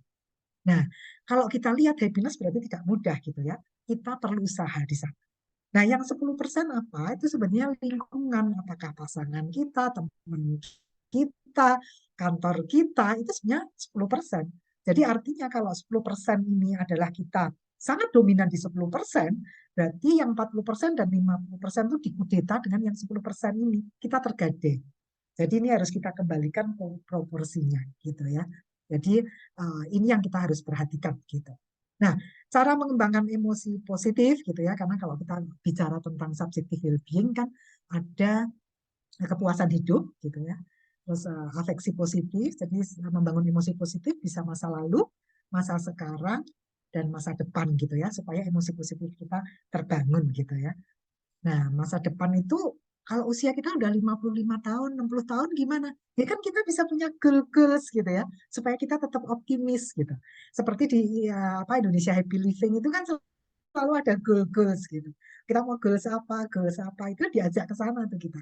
Nah, masa lalu dengan fortunate kayak gitu, Kemudian tadi kebetulan Mbak siapa tadi ya yang cerita tentang mindful gitu ya, mindful. Nah, Mas Mbak sekalian, memang di psikologi positif itu banyak cara-cara untuk bagaimana kita membangun happiness gitu ya. Tapi saya akan melangkah yang lebih dalam karena begini, ada yang happiness-nya itu inner, masuk ke dalam, begitu. Jadi bukan hanya yang perlu kita bangun terus-menerus gitu. Tapi ada yang inner, itu lebih stabil. Memang kesenangan juga gini, bedanya kesenangan dengan kalau kebahagiaan kan cenderung lebih panjang. Nah, saya akan masuk ke inner happiness gitu. Karena ini akan lebih panjang. Nah, ini saya masuk dulu ke begini. Mas Mbak sekalian, kita ini kalau kita lihat, kita kan lihat cuma secara fisik ya. Jadi kulit yang dengan kasat mata, tapi di dalamnya kan ada fisiologis ya. Ada aliran darah, respiratori, begitu kan. Nah, kemudian ada mind. Mind itu isinya ada kognitif, ada imajinatif, ada kreatif, macam-macam mind gitu ya. Mind itu gabungan, ada kesadaran di dalam situ. Di mind itu ada gabungan kognitif, kesadaran, imajinatif, dan lain sebagainya. Kemudian ada soul yang bisa kita sebut jiwa, ada spirit, ada roh. Nah, itu dipisahkan antara spirit dengan soul. Karena biasanya orang kecampur gitu. Nah, kita perlu memahami diri kita. Oh, saya itu seperti ini, supaya kita bisa membuat bahagia. Nah, ini sedikit saya untuk menggambarkan aja. Karena kadang-kadang kalau ngomong gini agak susah. Begini, Mas Mbak sekalian, karena nanti kaitannya bisa dengan mindfulness juga. Begini, nah saya analogikan dengan manusia itu tadi dengan balon, bola ya, bola lampu. Nah, bola lampu kan ada cahayanya ya, Mas Mbak sekalian. Itu cahayanya itu perilaku kita. Nah, bola lampunya itu fisik kita yang bisa dilihat. Kalau bola lampunya kan kita bisa lihat ya, Mas Mbak sekalian. Nah, kalau kita lihat serat-seratnya, kan ada serat-seratnya itu biologi atau fisiologi. Fiber elektrik itu biologi kita. Kalau di kita itu ya aliran darah gitu ya, kardiovaskular system, respiratory system gitu kan, pernafasan. Nah, itu adalah gambarannya adalah fiber electricity yang di bola lampu. Nah, soul-nya di mana? Mind-nya di mana? Kemudian spirit-nya di mana? Begini, soul-nya itu adalah watt. Nah, watt-nya, kalau watt-nya kita besar, cahayanya kan besar ya, Mas Mbak sekalian. Watt 5 watt sama 15 watt kan berbeda. Cahayanya pasti berbeda. Oleh karena itu kita perlu membesarkan watt kita, soul kita, begitu. Nah, kalau begitu spirit gimana? Spirit itu seperti aliran listrik, abadi. Aliran listrik itu kan abadi. Ya kan, listrik itu kan abadi, ada terus kan. Nah, spirit itu, roh itu kan ada, abadi. Begitu. Nah, spirit itu kan memerlukan soul kan, memerlukan jiwa. Kalau soul-nya lebih besar, soul-nya menjadi lebih besar, kan bisa menampung listrik besar. Sehingga cahayanya lebih terang. Nah, di sininya perilaku kita ada di sini. Nah, mind-nya dari mana? Stop kontaknya itu adalah di mind-nya, electricity plug-nya itu adalah mind kita. Jadi di mana? Di kesadaran kita, gitu. Ya, di kesadaran kita. Baik. Jadi kalau individu kan kita ada individu, meso, ada teman-teman, kelompok kayak IHL, generasi cakap, AP2I gitu kan. Terus ada alam semesta. Kuncinya di mana? Kuncinya di mikro. Jadi kalau kita inner harmony itu sebetulnya di diri kita. Kalau inner harmony, kita mengalami inner harmony, ya kita akan mengalami sebetulnya harmoni dengan lingkungan kita, dengan semesta. Nah, kalau ada orang tidak menyenangkan, Mbak, gitu ya, misalnya tanya sama saya, oh itu masalahnya dia sebetulnya, tidak terkait dengan kita. Dia ada masalah dalam kehidupannya dia, cuman ngefek ke kita, gitu. Nah, kalau kita ada harmoni di dalam diri kita, itu sebenarnya lebih nyaman. Jadi, Mas Mbak sekalian, ini saya gabungkan dengan transpersonal karena mindfulness itu sebenarnya punyanya transpersonal. Begitu. Itu irisannya dengan positive psychology itu adalah di mindfulness. Nah, ini ada mind, tadi jiwa, spirit gitu ya. Nah, kalau ini harmoni, sebetulnya kita akan mengalami harmoni. Gitu. Jadi sebenarnya kita bagaimana menyelaraskan sehingga aliran darah kita juga jadi harmoni gitu ya. Karena Tuhan itu kan menciptakan sistem sebetulnya ya.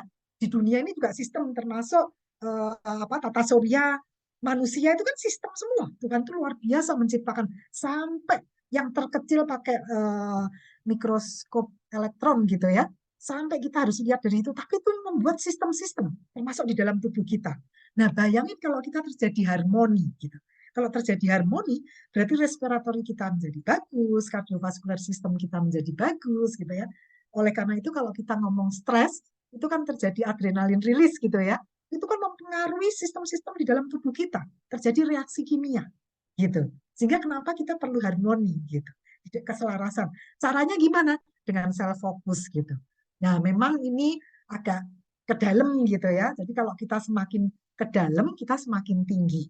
Intinya itu aja slide ini. Saya nggak ngomong lebih dalam. Jadi kalau kita semakin ke dalam diri kita, jadi kita self focus. Self focus itu bukan egois ya, Mas Mbak sekalian, tapi ke dalam diri kita. Ya, kalau kita di agama kan diomongin ya, Tuhan itu lebih dekat dari urat nadi kita. Gitu. Einstein juga ngomong, Einstein itu pernah bicara, dia bilang paling sulit itu adalah mengenal diri sendiri. Jadi maksudnya bukan, oh saya kekuatan apa, kekurangannya apa, bukan itu, tapi ke sini, lebih ke dalam sini. Gitu. Jadi makanya saya pernah menyinggung akal manusia itu adalah paling kecil, gitu ya, karena ada ahwal, ada al-asror. Ahwal itu adalah bagaimana mengungkapkan ilmu pengetahuan dengan batinnya ikut terlibat. Nah, penemu-penemu besar itu masuk ke situ. Jadi ada akal dan ada akal itu akli gitu ya, dan akwal itu gitu. Jadi logika itu sebenarnya paling sempit. Nah, kalau kita bisa masuk ke sini, kita semakin deep gitu, semakin harmoni, inner harmoni. Nah, cuman begini, kalau kita, orang itu banyak melakukan itikaf misalnya, banyak melakukan meditasi, tapi kok interpersonalnya nggak tinggi misalnya gitu ya, kok dia nggak bagus gitu. Karena beda-beda Mas Mbak sekalian. Jadi prosesnya kan ada kognitif, moral, interpersonal, spiritual, afeksi. Itu perkembangannya satu orang dengan orang yang lain berbeda. Tapi kalau dia udah tinggi, ya udah tinggi, ini akan naik semua. Akan naik semua. Begitu. Tapi ketika berproses, bisa aja kognitifnya yang berkembang, interpersonalnya yang berkembang, lebih tinggi daripada yang lain. Gitu, Mas Mbak sekalian. Jadi kita biasanya kalau semakin kita ke dalam, semakin kita tidak menghakimi orang lain. Gitu. Semakin tidak mudah menilai orang lain. Begitu. Baik, jadi ini sekilas saja ya Mas Mbak sekalian. Jadi ini supaya nggak rumit. Jadi level kesadaran itu sebetulnya ada unconsciousness, consciousness, self-awareness, atau super consciousness, meta self-awareness. Sekilas saja. Nah, oh, kok ini ada ini ya? Oh, ya ya. Jadi saya pernah ke India, masuk ke Kanyakumari, ini 2 jam dari ibu kota Kerala, itu di ujung sana, Mas Mbak sekalian, itu kita ke sana tuh harus naik boat gitu ya. Orang India tuh disiplin, naik boat aja mereka mesti pakai ini, pakai apa namanya, pelampung. Semua pakai pelampung, walaupun pelampungnya dia kotor-kotor ya. Tapi mereka disiplin gitu. Nah, masuk ke sini itu ada tempat untuk meditatif. Mereka pakai om gitu ya. Jadi di laut, di bawah gitu, ya saya Allah sendiri karena saya memang bukan Hindu kan. Nah, kalau yang teman-teman Hindu itu bisa masuk ke sini enak tuh. Tapi saya bisa juga Allah di situ. Om, saya masuk ke sana tuh. Ya ada ruang meditatif. Nah, itu self focus, jadi meditatif. Mbak, kok meditasi itu kan agama Hindu dan Buddha gitu ya. Saya meditasi itu bahasa universal sekarang dipakai di pengetahuan keilmuan juga kita pakai istilah meditasi sekarang karena itu jadi bahasa universal. Tapi setiap agama itu ada. Jadi kalau di Muslim, di Islam itu sholat itu sebenarnya meditasi gitu ya. Meditasi yang jenis the way of form. Itikaf itu meditasi. Tarian sufi itu jenis yang the negative way. Jadi itu juga meditasi. Tarian sufi kalau kita tahu yang muter-muter tangannya ke atas ya, terus ada pakai topinya ke atas. Topinya itu menggambarkan, makanya dia dikatakan the negative way karena dirinya mati. Jadi itu menggambarkan kuburan gitu kan. Terus dia tauhid ke atas gitu ke Tuhan gitu. Makanya dia bisa muter nggak pusing gitu ya. Itu karena meditasi sebetulnya. Begitu. Nah ini ada di sini. Jadi sebetulnya kalau kita mencari Tuhan, diri kita. Nah, masalahnya kalau kita mau mengembangkan happiness, tingkat kesadaran kita ada di mana? Karena itu bisa berbeda, Mas Mbak sekalian. Jadi Mas Mbak tolong lihat yang kuning aja, jangan yang lain-lain. Yang kuning aja. Ini level kesadaran kita. Yang ini dikembangkan tadi yang gambar sebelumnya kayak telur tadi itu digambarkan lebih mudah pakai ini. Jadi Mas Mbak sekalian, saya mau mengembangkan happiness, tapi level kesadaran kita di kemarahan itu juga berbeda loh effort. Begitu. Jadi kalau saya di fear itu juga berbeda. Jadi kemarahan itu misalnya begini, dunia ini tidak baik dengan saya, gitu ya. Jadi dia mudah benci dengan orang, gitu. Jadi kalau benci dengan orang itu bisa bertahan lama. Dunia itu tidak baik-baik saja dengan saya, tidak bersahabat dengan saya, gitu. Kemarahan itu bisa masuk ke situ. Jadi bisa nggak orang level kemarahan tapi dia di perusahaan level tinggi? Oh, bisa sekali, gitu. Dia di tinggi. Tapi kalau dia diberi masukan, kesannya dia diserang. Padahal kita sebenarnya ngasih feedback biasa, tapi kesannya menyerang dia, gitu. Karena dia levelnya di kemarahan. Padahal dia posisinya misalnya CEO gitu, atau COO gitu ya, atau di kepala departemen gitu. Bayangin berat sekali kita ngadepin demikian. Membangun happiness-nya berarti berbeda. Nah, mudahnya memang kita melakukan self-focus. Maksudnya gimana? Kalau self-focus, itu akan mengajak kita naik ke atas, semakin ke atas, semakin ke atas. Nah, Mas Mbak sekalian, ada garis hitam, ini ya, ada garis hitam yang cukup kuat, yang di bawah courage, di atas pride.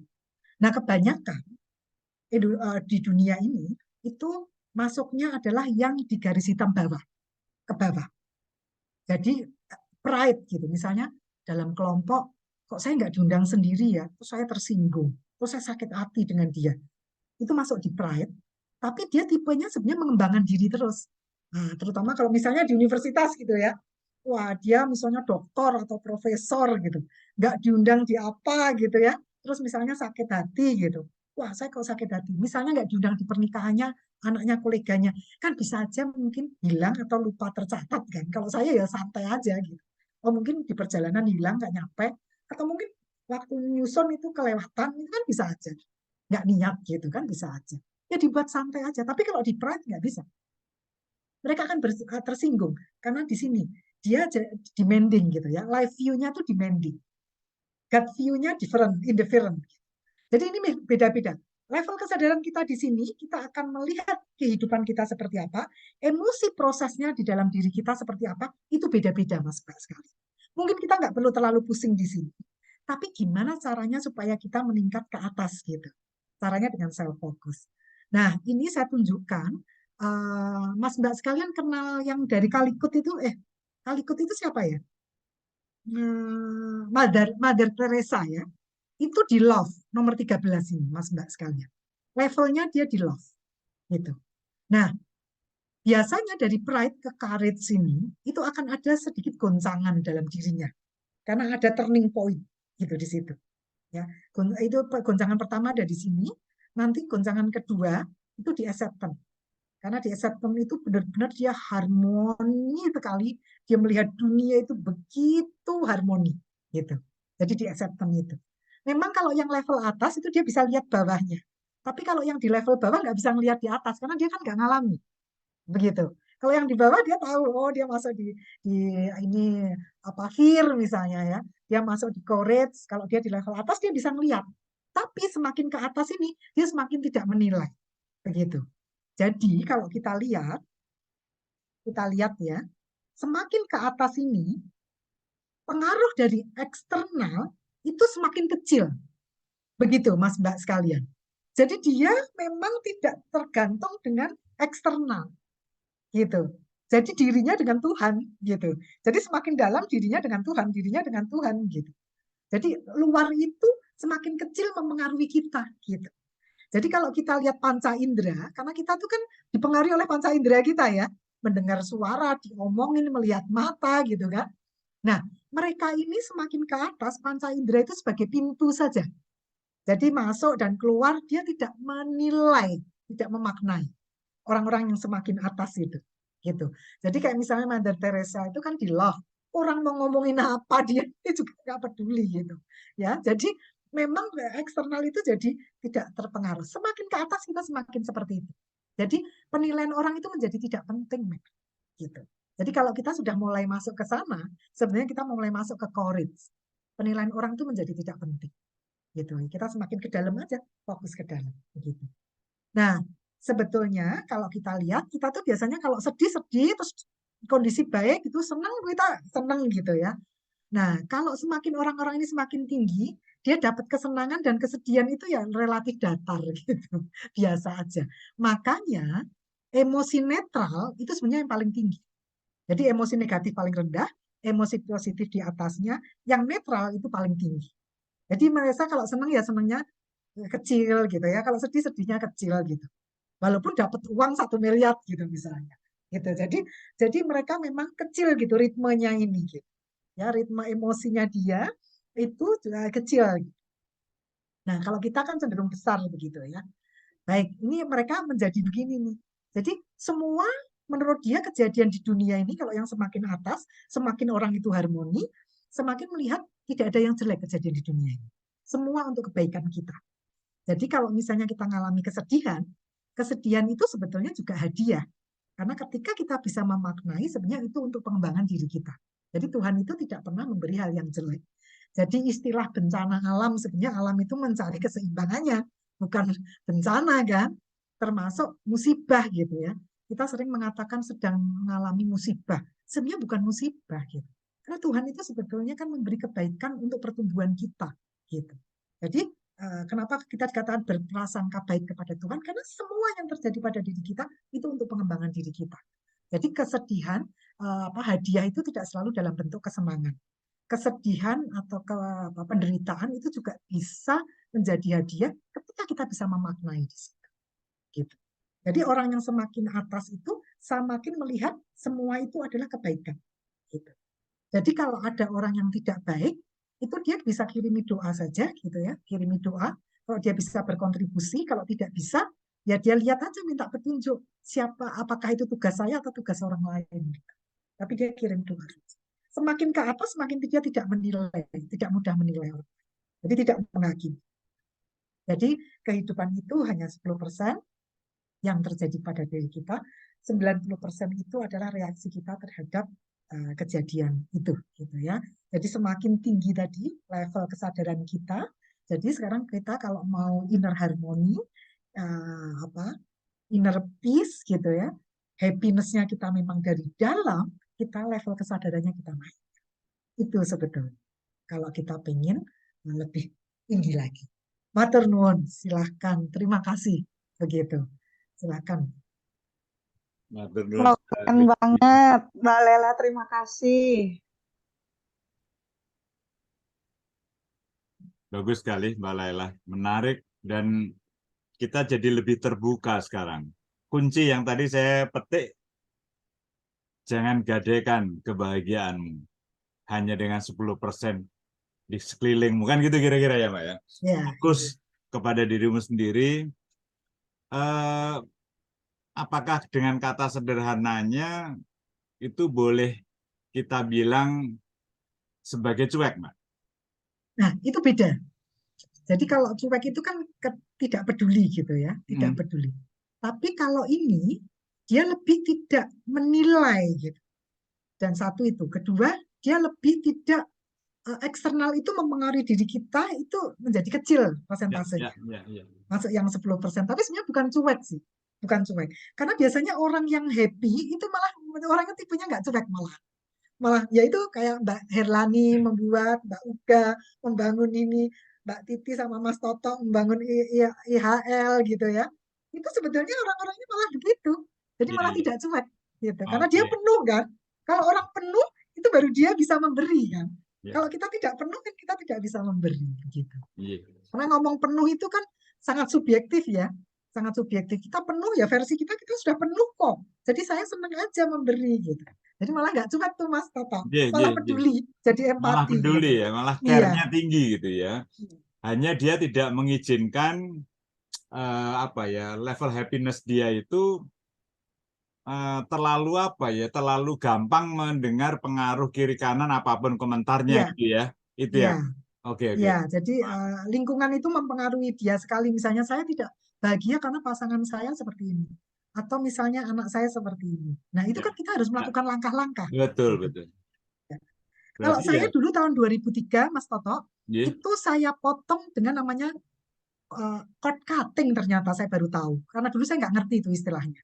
Jadi saya potong kemelekatan saya dengan anak, dengan suami, itu saya potong. Tapi motongnya itu kita harus melakukan itikaf, sering-sering itikaf dulu. Ya, Jadi ya. memang itikaf yang dalam gitu ya, meditasi gitu ya. Meditasi yang dalam, terus habis itu saya potong. Maksudnya begini, loh kan kita bisa jadi orang yang tidak bertanggung jawab dong, gitu kan. Kan Mungkin jadi ya. nggak peduli. Bukan, malah kebalik. Ya. Jadi misalnya gini, kita kan sering ngomong bahwa anak kita, pasangan kita adalah titipan Tuhan gitu kan. Betul. Tapi kenyataannya kita tidak melakukan itu loh. Kita kepemilikan loh, gitu. Jadi contohnya tadi dipotong tadi, saya gambarkan gini. Contohnya kita orang yang paling kita respekti siapa? Gitu ya. Misalnya Pak Jokowi lah, gampangnya karena kita kenal semua. Dia datang kepada saya, terus dia bilang sama saya, Lela, aku titip guciku karena aku mau keluar negeri. Saya punya guci juga. Aku titip guciku, nanti aku pulang dari luar negeri, aku mau ambil. Kira-kira saya lebih menjaga punyanya Pak Jokowi apa punya saya? Ya, ya, ya. Punya Pak Jokowi, karena Ya. saya respect kan. Nah, itu yang terjadi, apalagi kalau kita melihat anak ini milik Tuhan, suami ini milik Tuhan. Jadi kita nggak mudah terkena gitu. Ya. Jadi paling kalau kita berdoa, Tuhan saya berikan petunjuk, apa ini kan kamu titipkan ke saya berikan petunjuk, saya bisa apa gitu. Atau saya minta maaf. Jadi awal kalau saya itu biasanya munculnya saya minta maaf dulu. Minta maaf, saya berikan petunjuk. Saya harus melakukan apa? Ini titipanmu, saya harus melakukan yang terbaik. Gitu. Jadi justru tanggung jawabnya lebih besar. Tapi hati kita nggak terlibat. Bukan hati, emosi kita nggak Emosi, terlibat. ya. Iya. Jadi kalau misalnya stimulus yang 10% tadi, itu menjadi 10%. Karena biasanya kita mudah sakit hati dengan orang yang dekat kan. Ya. Nah itu nggak ngaruh gitu. Jadi malah nggak ngaruh karena udah kepotong tadi kemelekatannya. Kalau kemelekatan terhadap benda itu lebih mudah ya. Ya, Jadi nggak ya. perlu pakai. Tapi ya mungkin ada orang-orang tertentu memang kemelekatan terhadap benda, kedudukan, itu juga perlu kita potong gitu. Ya, betul. Karena itu yang membuat kita nggak harmoni, mudah terdistrak gitu Ya. dengan di luar kita gitu. Saya dulu tahun 2003 melakukan itu Mas Toto. Jadi dipotong itu bukan berarti kita jadi nggak bertanggung jawab atau cuek, Ya. tapi justru lebih gitu, justru Nah, lebih gitu. bila penjenengan berkenan, yang menurut saya juga penting untuk mungkin bisa, kan motong itu membutuhkan betul-betul kesiapan diri, ya. Ya benar. Nah, yang itu yang kadang-kadang kita berat adalah bagaimana kita menata hati, dan harus bisa, Ya. karena Ya. kita punya tujuan yang tadi. Ya. Nuwun sewu, cara penjenengan itu memotong tadi, apa yang dilakukan step by Oke. stepnya, bit little bitnya, gitu. Iya. Kan nggak Iya. mungkin kita sekaligus, kan kita harus bertahap karena penataan tadi itu. Benar. Jadi waktu itu saya cukup beruntung gitu, tahun 2003 itu turning point saya gitu. Terus saya tahun 2006 atau 2007 ketemu Pak Gimi ya di Bali, kita bicara transpersonal ya Pak Gimi ya. Nah, itu sebenarnya karena saya ngalami di 2003 sehingga saya tertarik di situ. Nah, di 2003 itu awalnya sebelum melakukan pemotongan itu, saya banyak melakukan itikaf.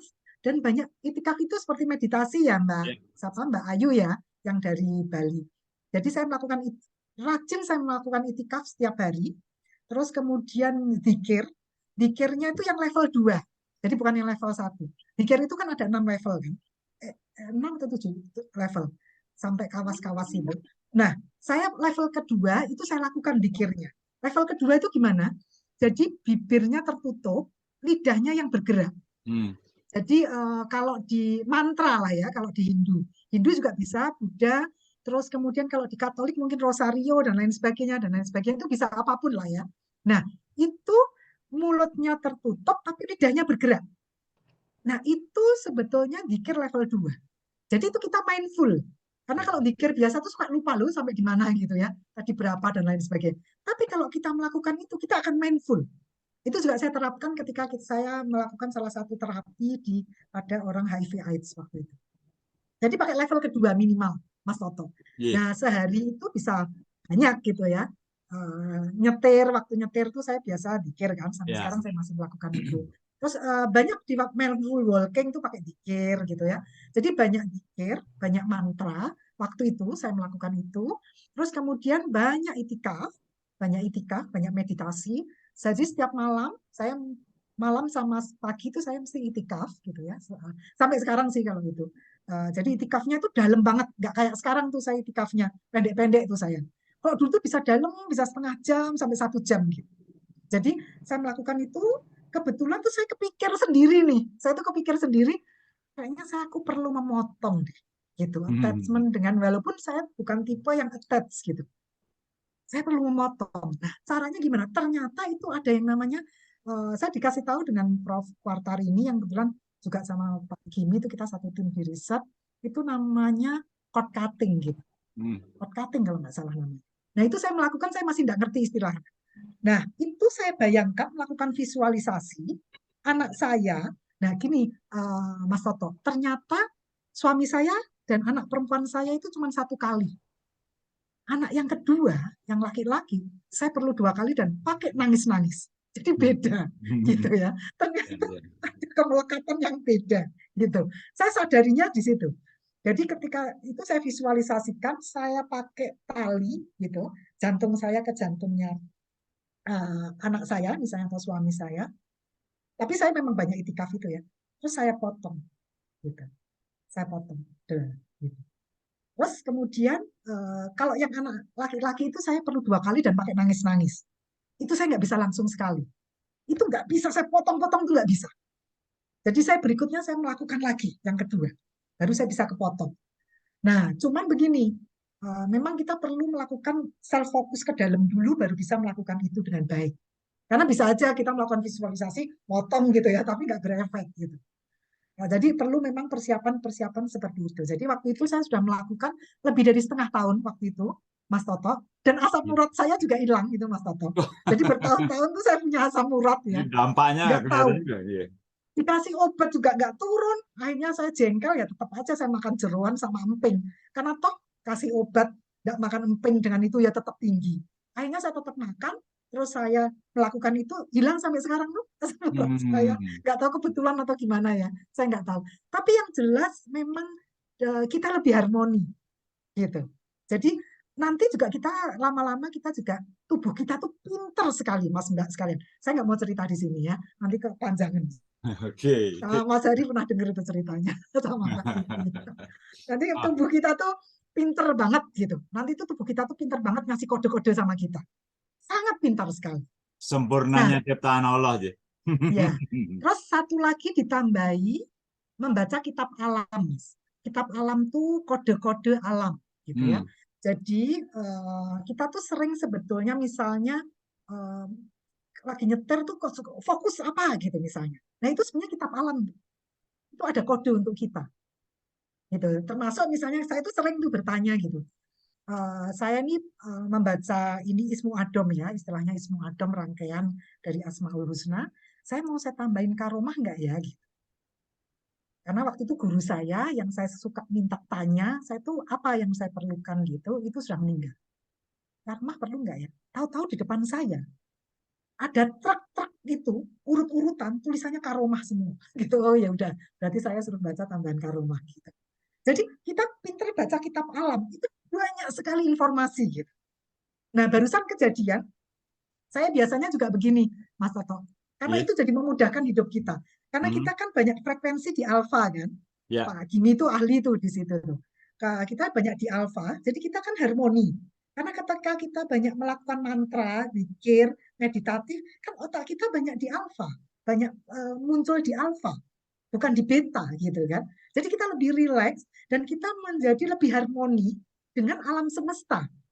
Jadi saya biasanya kalau kadang-kadang tuh ya, saya kalau sudah terlambat masuk kantor, padahal habis ngerjain ini nggak bisa ditunda, terus saya melakukan visualisasi apa? Saya minta dipinggirkan semua jalan itu supaya lancar, saya supaya tepat jalan ke sana gitu. Saya tuh suka melakukan gitu. Nah itu terjadi gitu. Nah kalau kayak kemarin malam itu kebetulan 33 km di jalan tol dari tempat anak saya itu saya cuma 17 menit. Itu benar-benar saya kayak disibakkan semua jalan saya bisa karena saya pengen masakin suami saya karena jam 8 dia terakhir harus makan gitu. Jadi waktu itu saya cuma gini, saya nggak tahu, saya cuma perlu, saya ngomong sama Tuhan gitu ya, saya nggak tahu, saya cuma perlu jam sekian saya ada di rumah saya bilang gitu. Itu disibakkan semua. Jadi semua itu bisa kosong semua. Saya sampai heran. Nah begitu pula karena saya muslim ya, mau hajar aswad itu juga saya cuma ngomong sama Tuhan kalau saya diizinkan, saya diberikan kode dan saya akan jadi. Nah itu kosong, saya masuk ke sana waktu itu. Gitu. Jadi banyak hal yang nanti Mas Mbak sekalian, banyak karena kita harmoni, diri kita tuh harmoni, semesta akan mendukung kita secara harmoni juga. Tapi memang begini, kuncinya itu konsistensi. Jadi kita rutin melakukan itu gitu. Jadi bukan seminggu terus lupa seminggu balik lagi ke awal gitu. Bukan itu, konsistensi. Jadi tahun 2003 saya mulai sampai sekarang saya tetap melakukan gitu. Jadi memang saya tidak itikafnya enggak kayak dulu gitu ya. Kalau dulu itu kan sampai jam setengah jam, 1 jam gitu. Kalau sekarang tuh 15 menit, 10 menit gitu. Jadi memang agak terjadi penurunan. Wah kayaknya ini perlu diperingatkan nih saya di acara ini untuk lagi balik gitu. Begitu Mas Mbak sekalian. Waduh. Begitu Mas Otok waktu saya sebelum memotong itu. Mbak Laila, monggo sahabat-sahabat bahagiaku yang lain barangkali kagungan punya pertanyaan atau ingin pendalaman, kita sampai 10 menit ke depan ya Mbak Laila. Karena Nyon Sewu biasanya member gathering kita bikin 1 jam. Tapi oke, menarik ya, karena topiknya juga keren. Dan itu kita belajar banyak Mbak Laila. Jadi monggo feel free, kalau ternyata nanti kurang, mudahlah kita atur ya waktunya. Mbak-mbak, mas-mas yang mungkin ingin menambahkan atau mau pendalaman, monggo. Oh ada Mbak Yosi nih. Mbak Yosi itu juga satu tim saya dengan Pak Gimi. Di riset minggu depan kita, Mbak ketemu mungkin. Iya, selamat malam Mbak Lela, menarik Selamat malam banget. Mbak Yosi, aku baru lihat. Dari tadi dengerin, abis ibadah gitu. dengar Mbak Lela, ya ampun, keren banget. Dari Medan Mbak Yosi ini. Ya, Nah ini kalau Mbak Yosi ini Medan bener nih. Mbak Ilmi kan. Berarti ya, sama Mbak Nur tadi yang Medan juga ya? Mbak Ilmi. Mbak Ilmi. Oh Ilmi, ya. Ya. Bandung saya. Ya, Mbak Nur Bandung. Bandung, Mbak Uga Bandung. Ya. Oke, monggo. Barangkali ada yang mau menambahkan, mau bertanya. Ini kayaknya melihat wajah-wajah penjenengan itu Mbak Titi ingin bertanya sesuatu atau nyampaikan. Monggo Mbak Titi, silakan Mbak Titi. Yes. Matur nuwun, terima kasih juga buat Mbak Laila. Luar biasa, hari ini saya banyak sekali mendapatkan inspirasi. For Mbak dan Mas Info, saya itu berkurang kesedihannya because of Mbak Laila juga.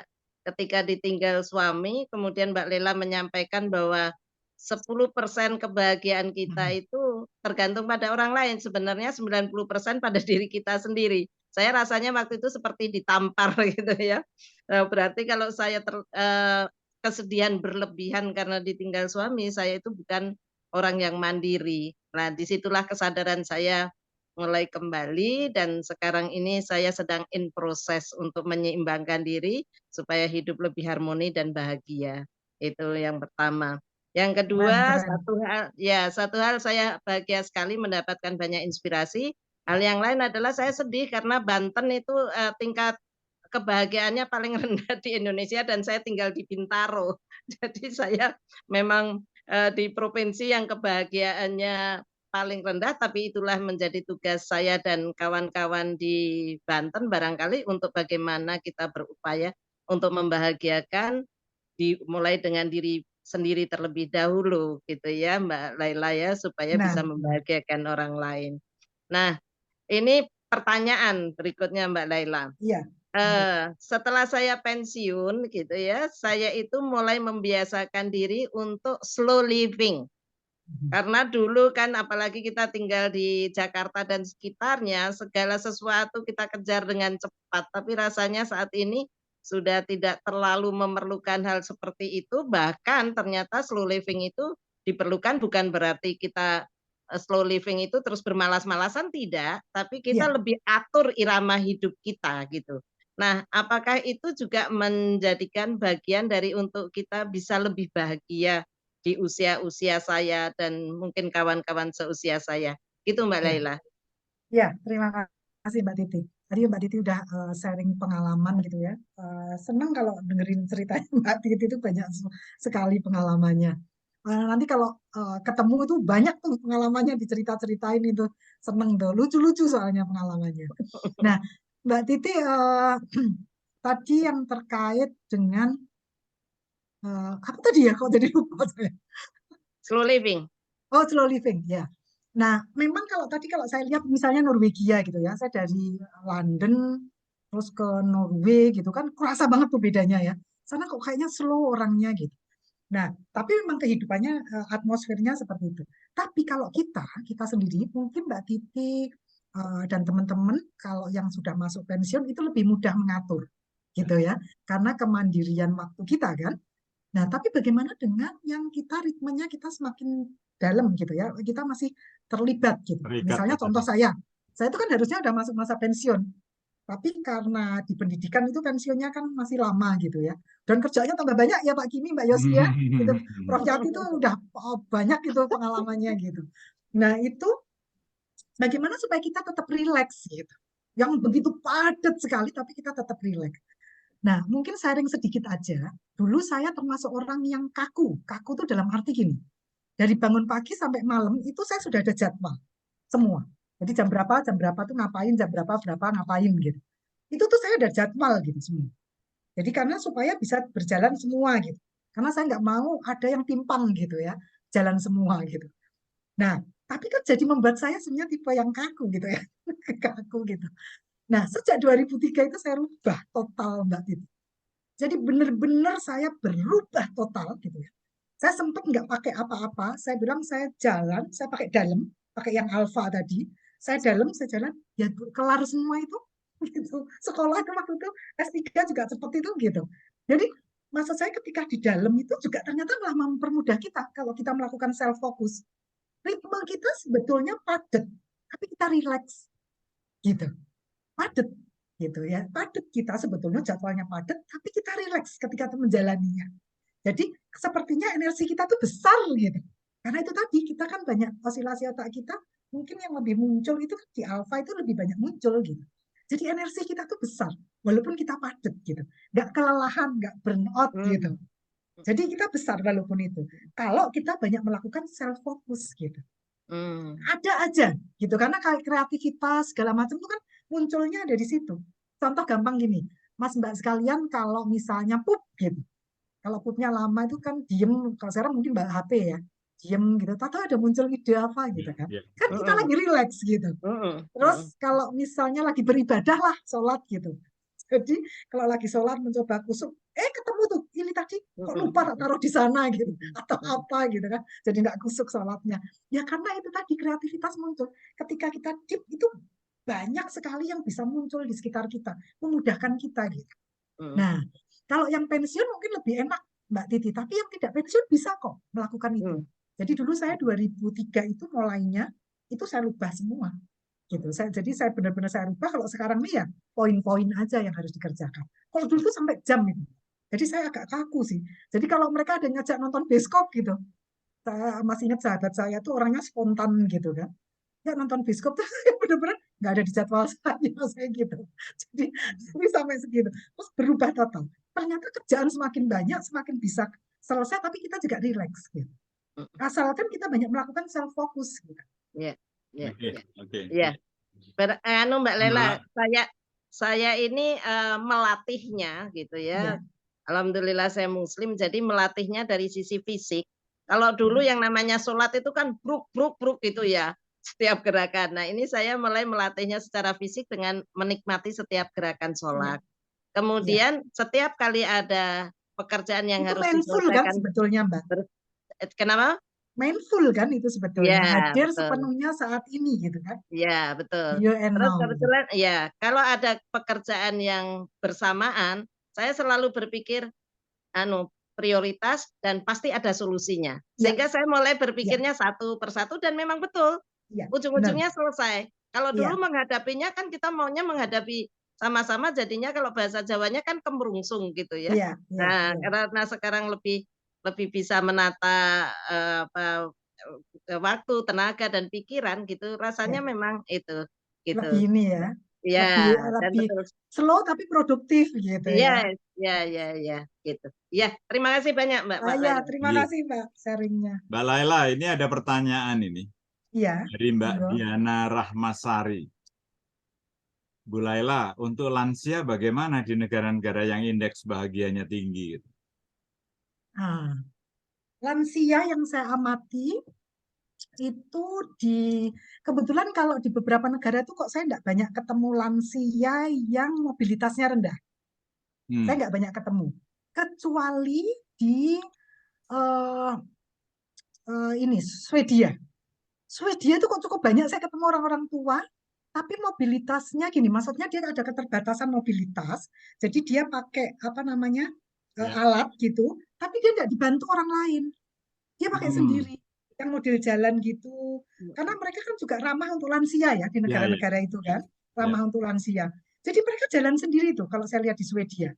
Jadi mereka nggak perlu bantuan orang lain, ya mereka timi-timi bener gitu, dan mereka nggak mau dibantu, begitu. Jadi mereka pakai yang model jalan itu. Terus kalau terus ada kursinya, mereka bisa duduk, nanti mereka jalan lagi. Itu banyak saya ketemu di Swedia malah. Yang lain-lain tuh suka ketemu, tapi nggak sebanyak waktu saya di Swedia. Swedia itu kok nggak tahu, saya kok banyak ketemu seperti itu. Terutama bukan di Stockholmnya, di apa namanya tuh apa sih? Storages apa gitu loh namanya tuh susah gitu, di kota itu. Itu lumayan banyak gitu. Jadi kalau misalnya Salatiga itu sebagai kota pensiun katakanlah misalnya ya, kan banyak-banyak lansia misalnya gitu. Nah itu mungkin perlu dipikirin gimana tetap mobilitasnya tinggi karena begini, semakin orang banyak bergerak kan sebenarnya semakin sehat gitu ya. Lansia itu kan perlu bergerak. Nah mereka itu menggunakan itu dan ramah sekali memang dengan lansia. Begitu. Berarti dalam kondisi apapun tetap bergerak dia. Bergerak, iya. Saya mungkin sharing sedikit ya. Ibu saya itu menurut saya termasuk yang kualitas hidupnya nggak terlalu bagus gitu. Artinya karena beliau tinggalnya kan di rumah adik saya yang tidak berinteraksi dengan tetangga gitu. Jadi itu membatasi kan geraknya gitu ya. Terus teman-temannya ya anak-anaknya kalau datang saudara dan lain sebagainya gitu. Jadi meaningnya juga nggak berkembang. Kalau semakin kita meaningnya berkembang itu kita lebih sehat karena kita bermanfaat pada yang lebih besar daripada diri kita kan. Gitu. Jadi kalau kita bisa belajar banyak tuh dengan Prof Yati misalnya. Prof Yati itu banyak memberikan apa ya meaningnya itu kepada orang lain itu luar biasa. Prof Yati. Gitu. Prof Yati usianya sekarang berapa mungkin? Saya nggak tahu di atas 75 yang pasti. Tapi beliau itu luar biasa memberikan kontribusi kepada orang lain, mengembangkan kepada orang lain dengan happy begitu ya. Nah itu biasanya memang diri kita penuh jadi kita bisa melakukan itu. Prof Yati ada di sini. Semoga mungkin pada episode lanjut nanti dalam member gathering kita, bila beliaunya berkenan bisa berbagi buat kita ya. Iya, Prof Yati. Karena malam ini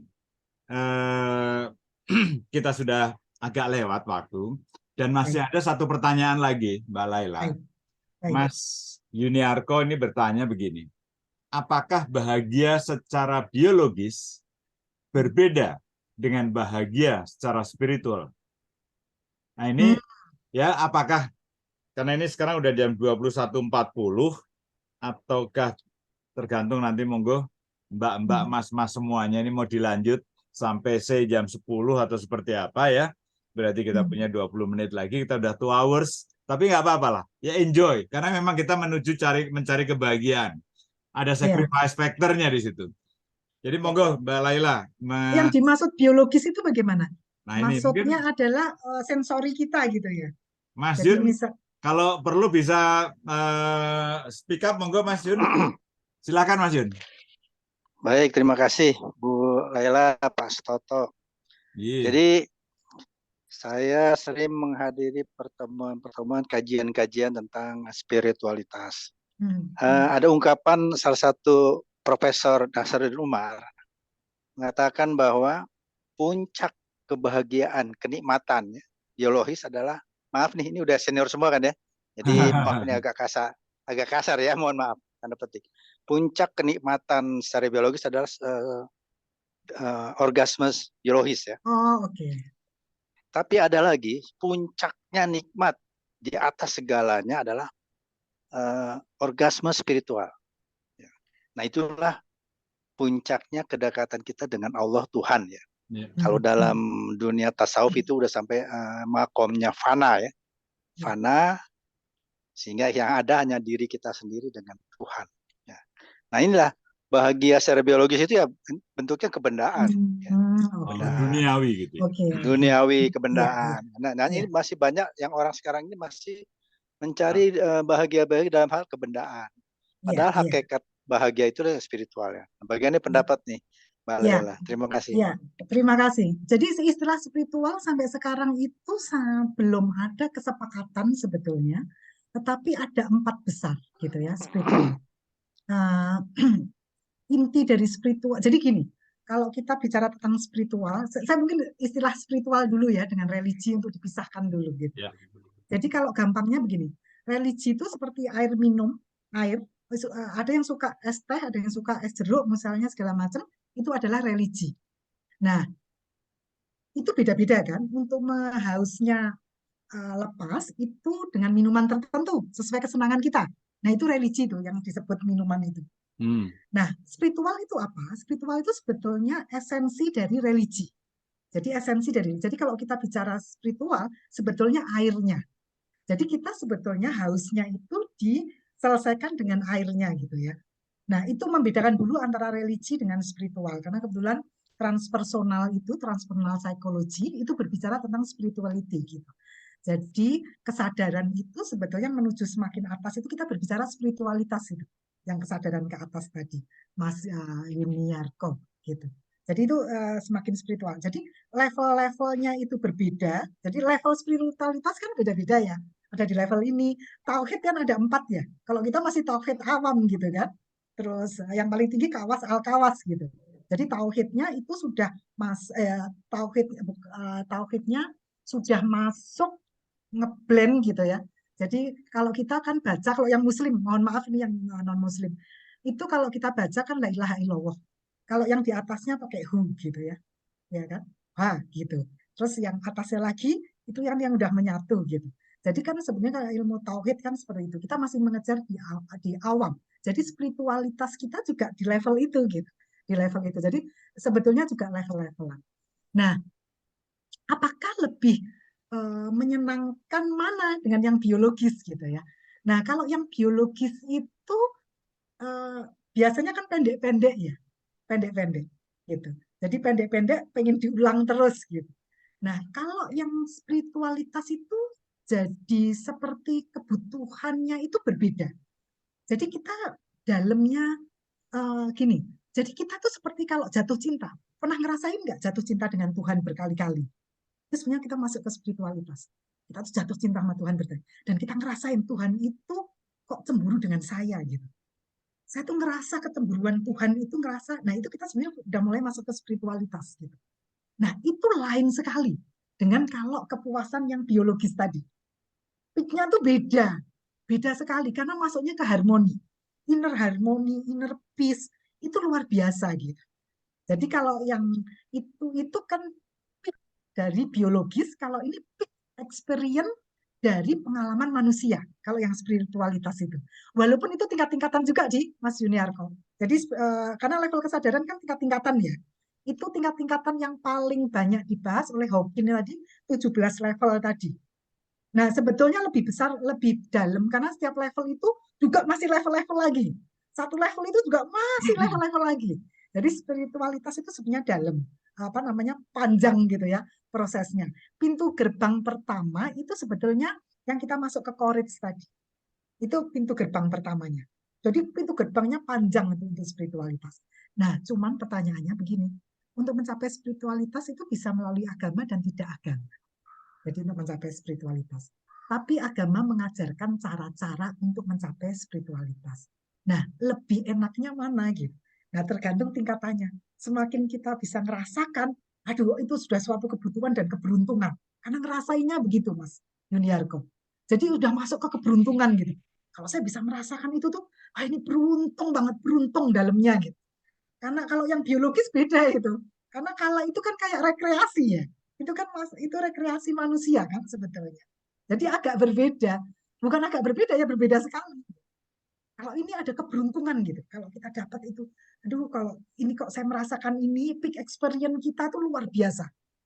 Saya pernah mengalami ngerasa inner harmony itu sampai nangis ketika nyetir gitu ya. Saya sampai nangis, saya bilang kenapa orang-orang di depan itu nggak ngerasain seperti yang saya rasain waktu tahun 2003 itu awal-awal itu. Nah itu juga yang masih kecil Mas, masih pendek sekali itu spiritualitasnya. Bayangin aja kalau semakin tinggi gitu ya. Nggak ada kesedihan, semua cinta gitu. Karena spiritualitas itu sebenarnya cinta dan kasih gitu. Jadi yang disepakati bersama, ujungnya spiritualitas itu wujudnya adalah cinta dan kasih, unconditional love. Jadi bukan love itu, tapi kalau yang biologis kan love ya, ada unsur love-nya gitu. Kalau ini love-nya itu unconditional love gitu. Jadi ada perbedaan di sini, Mas Yuniarko. Gitu. Jadi ujungnya spiritualitas itu keluarnya cinta dan kasih. Jadi ujungnya spiritualitas itu. Gitu. Jadi memang beda tuh dengan yang biologis tadi. Gitu. Kalau biologis lebih ke rekreasi, karena peak experience-nya itu lebih ke rekreasi sebagai manusia, gitu. Sebagai manusia yang sensori gitu ya, sensori kita gitu ya, kesenangan-kesenangan atau yang membuat bahagia, tetapi dari sensori kita gitu. Nah kalau di self focus itu maksudnya spiritualitas tuh tadi, gitu. Jadi yang tingkat-tingkatan tadi yang ada 4 tingkatan tadi itu adalah spiritualitas gitu. Ya. Begitu Mas Yuniarko, beda banget Mas. Jadi beda Ya, sekali. Terima kasih Mbak Lela. Ya. Kalau di psikologi namanya transpersonal psychology, itu mempelajari yang diambil itu dari Asia. Jadi Sufi itu sebagai kajian sebelum keluar transpersonal gitu ya. Jadi ilmu itu kalau di Islam itu diambil Sufi karena deep ke dalam. Terus ada juga Kabalah, kemudian Buddha, Hindu, semua agama, terus diambil benang merahnya jadi keilmuan itu gitu. Jadi itulah spiritual gitu. Jadi ternyata semua agama itu juga menujunya ke spiritual, ujungnya cinta dan kasih. Gitu. Oke. Karena semua agama itu cinta dan kasih kan ujungnya. Semua agama itu cinta dan kasih.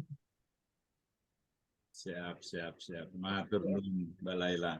Nah ini buat nuwun sewu mas-mas dan mbak-mbak yang bukan berlatar belakang keilmuan psikologi. Ini kan sesuatu yang menarik. Dan kalau kita sudah mulai tertarik itu butuh pendalaman. Untuk melakukan pendalaman itu butuh repetition. Jadi jangan khawatir penjenengan nanti, insya Allah ini saya nanti nggak gagal, bisa membuatkan videonya ini nanti saya masukkan di YouTube. Sehingga penjenengan yang pengen ngulang. Karena kalau seperti tadi saya bilang, kalau butuh pendalaman itu harus saya ulang-ulang. Sampai akhirnya bisa ngeblend. Oh iya, karena itu kita akan kaitkan dengan pengalaman-pengalaman kehidupan kita. Biasanya itu akan selalu lebih nyentel. Menurut saya. Nun sewu nek kleru. Ya. Jadi Mas Toto, itu ada Mbak Nur Anugrah dari tadi angkat tangan, barangkali masih bisa. Mbak Nur oh iya Mbak Nur monggo, aduh nggak kelihat saya nyun sewu. Silakan Mbak Nur, langsung. Ini masih ada waktu ya. Ada, apa sih yang nggak ada gitu. Kalau sama Bu Laila pasti molor terus waktunya memang. Karena menarik ya. Betul. Ini mungkin saya karena pas banget tadi ngomongin ke peta kesadaran ya Bu ya. Kan misalnya kita nih di organisasi gitu. Kita kalau mau achieve apapun lah, misalnya visi misi ataupun target dan seterusnya, kan kalau bisa juga kita udah di level yang courage ke atas itu ya Bu ya. Bagaimana ketika kita masih ada tim yang kayaknya masih penuh fear, anger, yang di bawah tadilah gitu Bu. Jadi kita mau dorong bareng-bareng naik ke atasnya at least, atau tadi sampai stages yang apa tadi Bu, kalau yang pertama yang courage itu gimana gitu kita bantu diri kita juga gitu, maupun juga tim kita, biar sama-sama nanti kita kalau kerja tuh enjoy, kita kerja tuh happy gitu Bu. Ya. Memang kalau di perusahaan itu harus ada sistem yang dibangun kan ya. Jadi memang perlu program-program khusus gitu.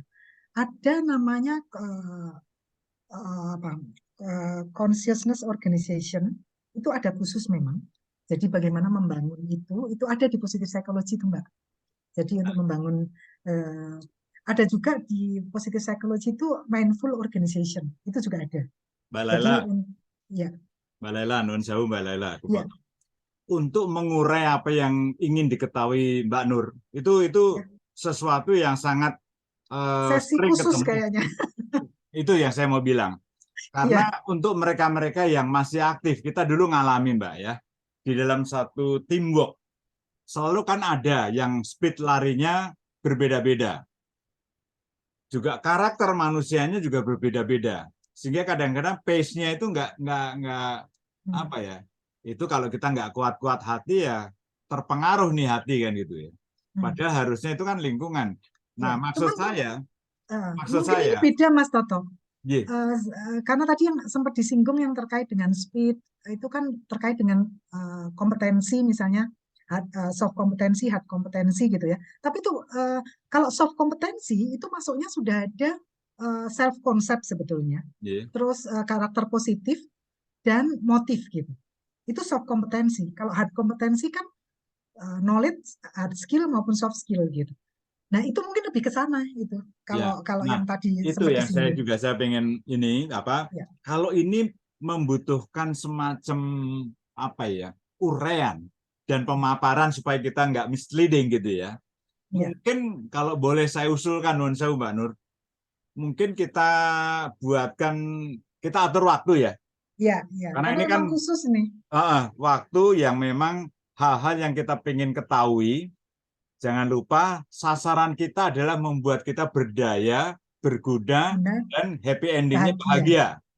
Ya. Nah, ini sasaran yang kita harus bisa capai. Nah, waktu kita akan atur. Tergantung nanti Mbak Laila kagungan waktu kapan. Kita teman-teman semua, kami dari Indonesia Happy Living pengen. Karena kita juga concern, pengen ngerti sekali itu. Ini proses pembelajaran yang menurut saya bukan main. Nilainya, bukan main. Ini kepingin. Gimana? Setuju nggak Mbak Laila? Kalau bisa kita kondisikan nanti, ya? Dengan senang hati. Dengan senang atur nun. Tadi ada poin sedikit saya lupa Mas Yuniarko.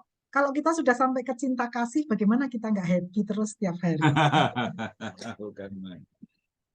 Ya. Oke. Jadi kita sepakat ya Mbak Nur. Nanti kita bikin episode lanjut yang nanti Mbak Laila akan fokus membahas itu dan mungkin hal-hal lain yang juga berkembang dari diskusi kita malam ini. Karena tadi beliau, Mbak Laila ngendiko, ada partnernya Mbak Laila, Profesor siapa tadi? Prof Yati yang lansia ya. Jadi ada Prof Yati dan Mbak DL. Mbak DL itu Diah Lestari, itu penelitiannya juga, programnya banyak juga di lansia. Nanti beliau mungkin berdua perlu, itu. Ya. Karena kan kalau kita tahu itu, mungkin kita bisa juga ini pada komunitas-komunitas kecil kita ini bisa kita ajak semua jadi happy semua kan gitu. Insya Allah. Iya. Kalau begitu karena kita udah sepakat kita harus akhiri pada jam 10 malam, jam 22. Maka saya nyun sewu bukan bermaksud mau motong gitu aja Mbak Laila. Tapi lebih baik nanti ini udah ada yang live satu-satu. Saya khawatir mereka sudah punya kewajiban gitu ya.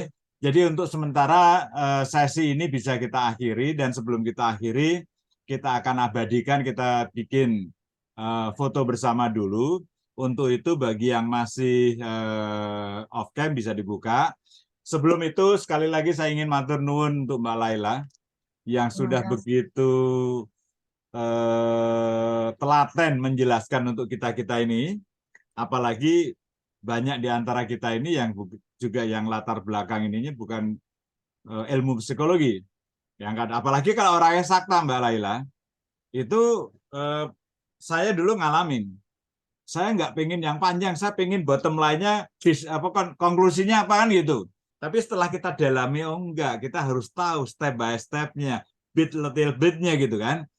Jadi nanti kita lanjut. Matur nuwun sekali lagi Mbak Laila, matur nuwun buat sahabat-sahabat bahagiaku semuanya, juga yang baru ketemu malam ini seperti Mbak Erlani tadi, matur nuwun, terima kasih banyak.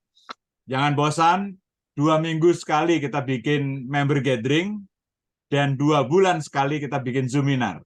Subjek-subjeknya kadang-kadang kita serahkan juga kepada para audiens, pengen tahu tentang apa. Karena jujur kita pengen membuat semua pribadi yang tergabung di dalam forum ini sebuah ekosistem lansia sebetulnya. Tapi banyak juga saya senang sing diomongin lansia, tapi banyak anak muda yang tertarik loh Mbak Laila. Nah kadang-kadang kita sing tua jadi pengen juga nih dunia anak muda sekarang seperti apa itu nanti. Jadi Yang penting berjiwa muda. itu dia. Kita akan ketemu lagi 2 minggu yang akan datang dengan member gathering berikutnya. Dan jangan lupa untuk tanggal 22 Januari. 21 Mas Toto. Oh, Tanggal hari 21 hari Sabtu kita maju bukannya seminggu. tertulis tanggal 22 tadi. 21 yang Kalau 21 hari berdasarkan Sabtu, rapat. kalau 22 hari Minggu. Ya, Tanggal 21. 21 itu sebetulnya bicara tentang single identity. Soal Ya. KTP lah ya. Kan banyak juga ini hal-hal yang perlu kita tahu dengan peraturan-peraturan yang baru seperti apa. Dengan single identity nanti impact dudunsnya akan apa itu akan kita kupas nanti. Kita akan mulai juga jam 19.45 dengan narasumber Mas Gunawan Kusumo. Mas Gunawan Kusumo ini teman kita yang baru saja purna tugas dari Direktorat Jenderal Dukcapil di Kemendagri, nanti akan dimoderatori oleh sahabat saya yang ganteng dari Semarang, Mas John Tahrir. Sementara gitu ya, monggo kameranya dibuka, kita sama-sama akan kita abadikan dulu nuwun sewu Mbak Laila. Kita pinnya saya remove dulu supaya kelihatan semua ya. Oh, Mbak Ilmi pakai bunga-bunga lagi. Oh, hebat sekali. Mbak Elmi. Oke, Mbak Nur, Mas Jun, Mbak Yosi, Mbak Dewa Ayu, Mbak Nur Stianingsih, Mas Budi Stianto, Mas Gushar Surabaya, Mbak Susi Palawan, ini di Aceh nih. Mbak Diana Rahmasari, monggo dibuka. Saya hitung ya, 3 kali saya akan ambil, nanti 2 kali kita ambil ya. Oke, kita mulai. Saya karena ini ada 20 orang berarti cukup sekali ambil ya anunya. Tidak perlu saya geser. 1, 2, smile. Mas Ari bisa bantu aku Mas Ari ya. Sebentar saya Oke, siap Pak. Please dulu, silakan dibantu backup jangan sampai. Oke, boleh ganti gaya. Ini yang kedua dan nanti habis itu saya akan close sesi ini. Saya foto terakhir sebelum saya close. 1, ganti gayanya, cantiknya nampakin, gantengnya Mas Hari, senyumnya menawan. 1, 2, 3. Oke. Mbak-mbak, mas-mas kalian, matur nuwun, joinnya malam ini. Kita ketemu pada sesi 2 minggu yang akan datang. Seminggu, Mas, seminggu. Seminggu yang akan datang untuk Zoominar. Kemudian 2 minggu berikutnya, mungkin nanti kita atur lagi, kita akan ada pemberitahuan. Dan kagem semua, nanti yang ingin menjadi bagian membership dalam Indonesia Happy Living, silahkan berhubungan dengan Mbak Titik. Ini maknya Indonesia Happy Living. Matur nuwun semuanya, selamat malam. Assalamualaikum warahmatullahi wabarakatuh. Waalaikumsalam warahmatullahi wabarakatuh. Terima kasih, Bu Laila. Terima kasih. Terima kasih banyak semuanya. Kesempatannya. Iya. Sampai ketemu lagi. Semuanya jaga Sehat kesehatan ya. ya. Salam positif semua. Amin. Saya tutup ya.